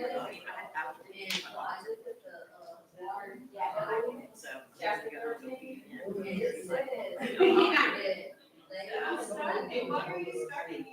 If you have any questions for me, just let me know. If not, I'll be here on the 3rd. Not charged, they can still do it and just raise everybody's water. Yeah. Or they can, one other thing, they can bring that bond back in May. That's personally, I just figure they're gonna be, I think that there will be too worried if people vote them out. They, the math, I think it would be about $40, based on, I don't know how much they have, based on 2,000. It would be a $40 increase per household. Where you going? That's people, I know, but I'm saying, so it's gonna be $40 a month. Additional if they do it, vehicle bill as opposed to a bond. I don't know anybody who wants to do it now. Excuse me?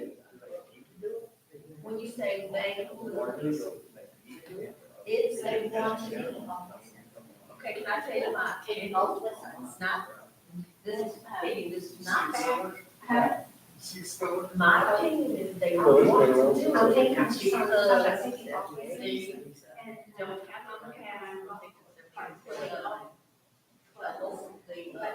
the bigger apartment complex right next to the church, plus the ones across from the other church on Lawrence.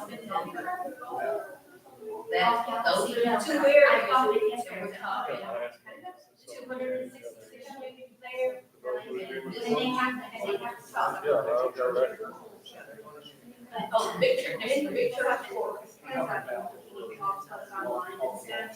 I keep getting this ad for, all this, all things and stuff for teen, and I'm thinking, oh my God. That takes something. Okay, I'll go back and look at my notes, but I'm going to 266, but I'm going to 266 there, and near the house, next to Clear Creek Church on the other side, that's what I'm gonna build the other.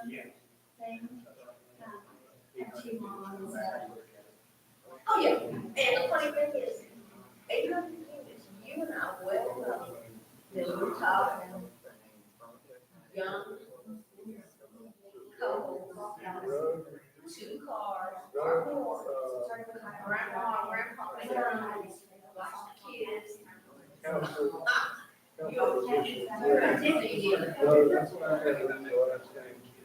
But I'm just saying in terms of them not and the first thing he's gonna want. First thing. Are they thinking about all these things? REI. That's why they told me about. That's where you get more generating.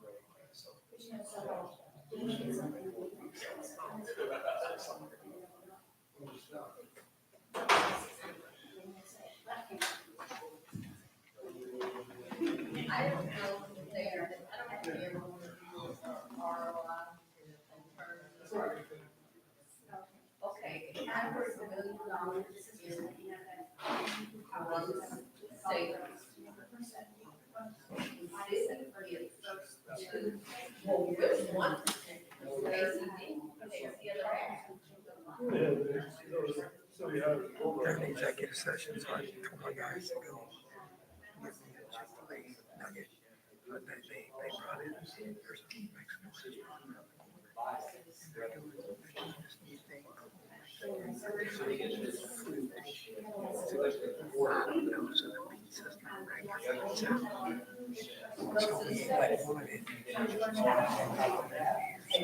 Everything will work for us. We have like 60 on the agenda.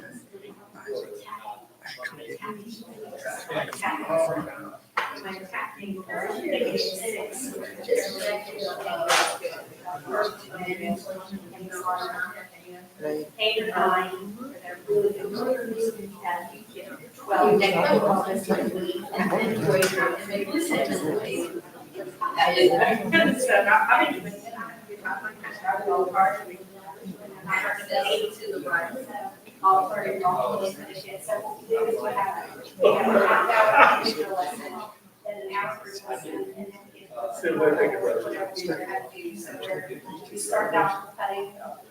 I mean,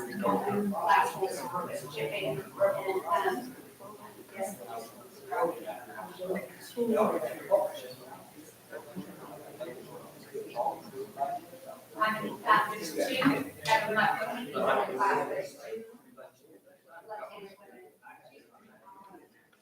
The owner, because they were the owner. Okay, so this is my coach.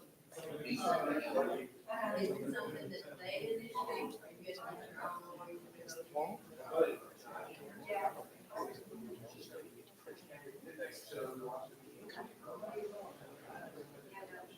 Luckily for me, what we got attended lessons from, is left-handed. I've heard, so that is great, and I'm definitely doing my research. This is your proposition on purpose.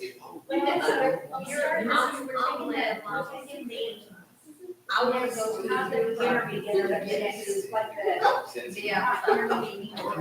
And I won't be able to.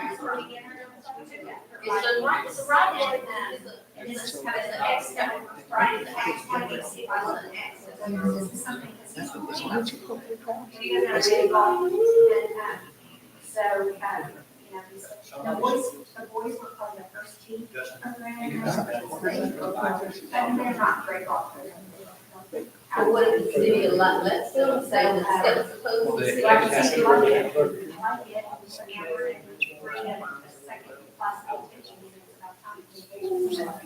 So what kind of way you get to that?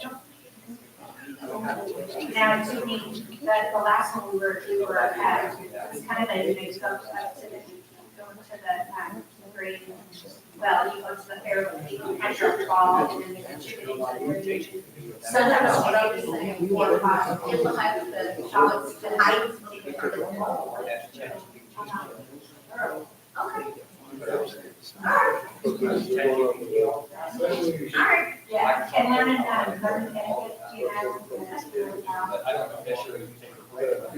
oh, no, you have to ask, because they don't show this stuff, and it's nice to get out there, and just have a course, so it's, maybe you're more aware,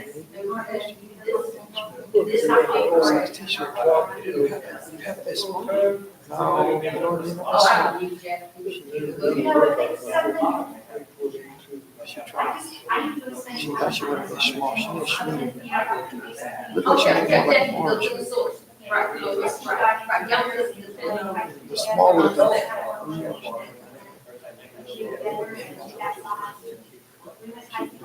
She was big. She was big bone. She should have taken a picture.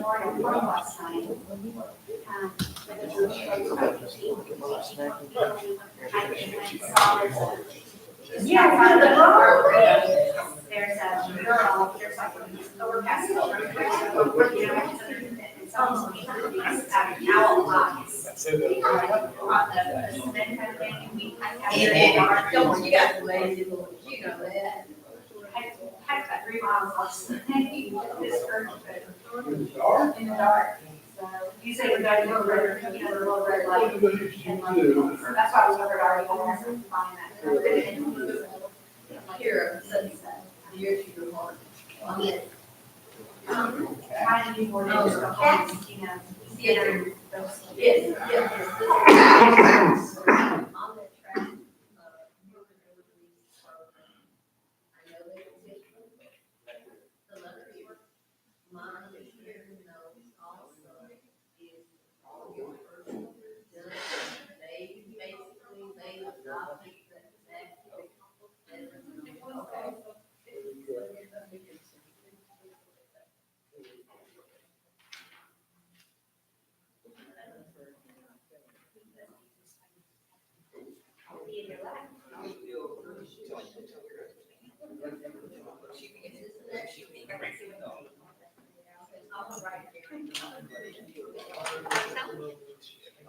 What does it change your drive?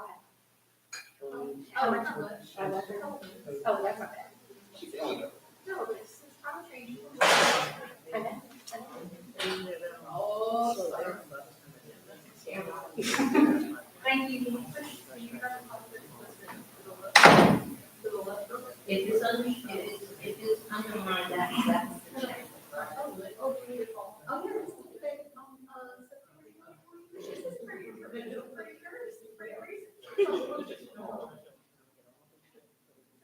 it's right. Right. The city can, they can make it more stringent, but they can't supersede you.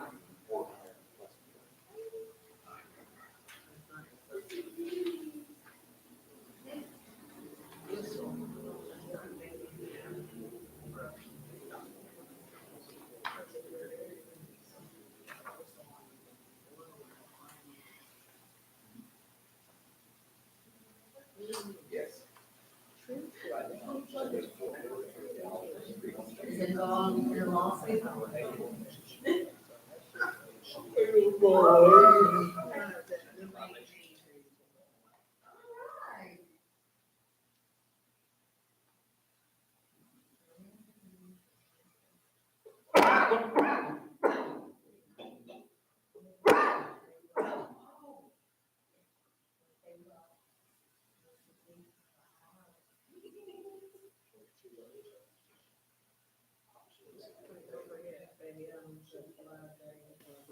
Because they're not charged, because they're general, they're still general law, as opposed to we are charged.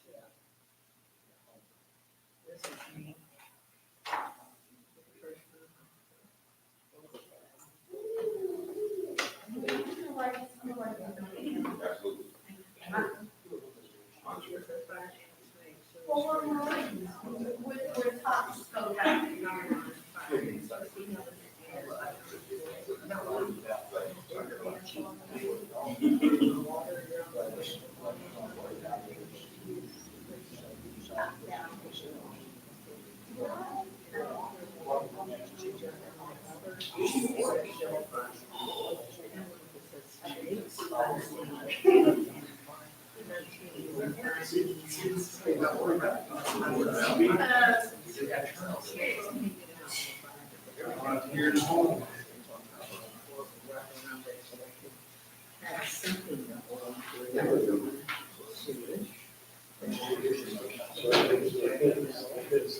Why it takes 30 seconds.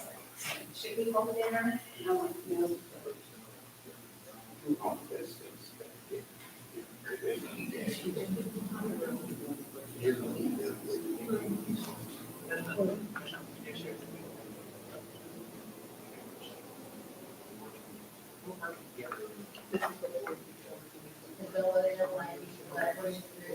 But they know, I don't know, I not know the source.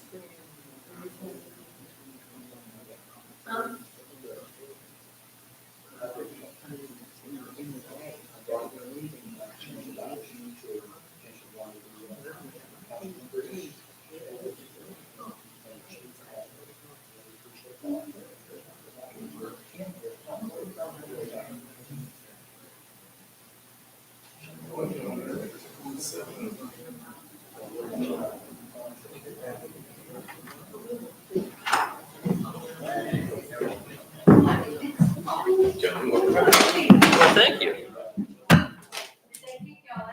Yeah, just he and I. Totally ostracized. Oh, Lee too. They kicked him out too. Huh.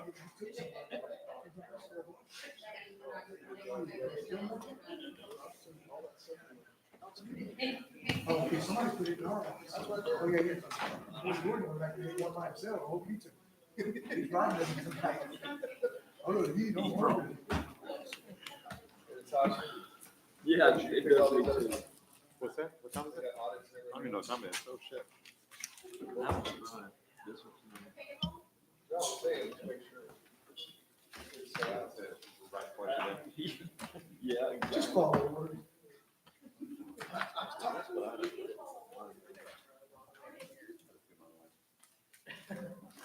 This daylight saving, this. I'm gonna kill you. That's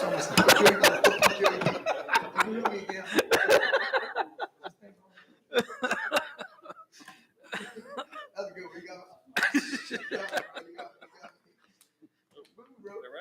I'll figure it out.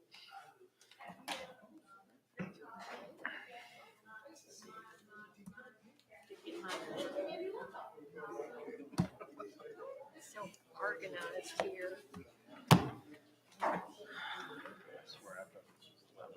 No, I did too. Well, like you said, we took. I just feel sorry for volunteers. She's a slave for herself.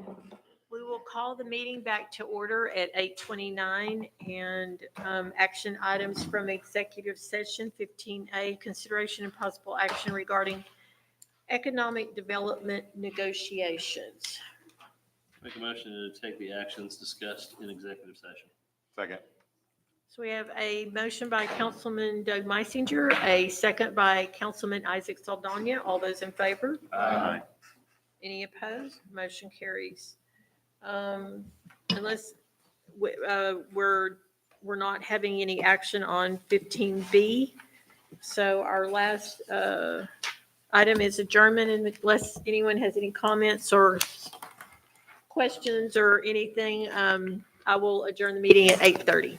My gosh. Comment it out. Every bit of 2.5 hours left. That's what I guess. Over the next couple Every weeks, over the next couple weeks, I got this. Then I got a wedding. Then I got a So you went to LA too?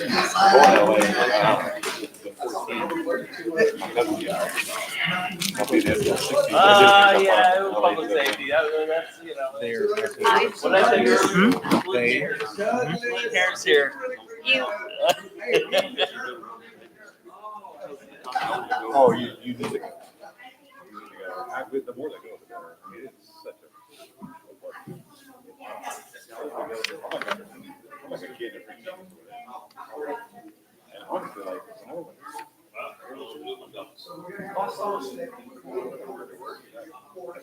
No, I'm gonna have my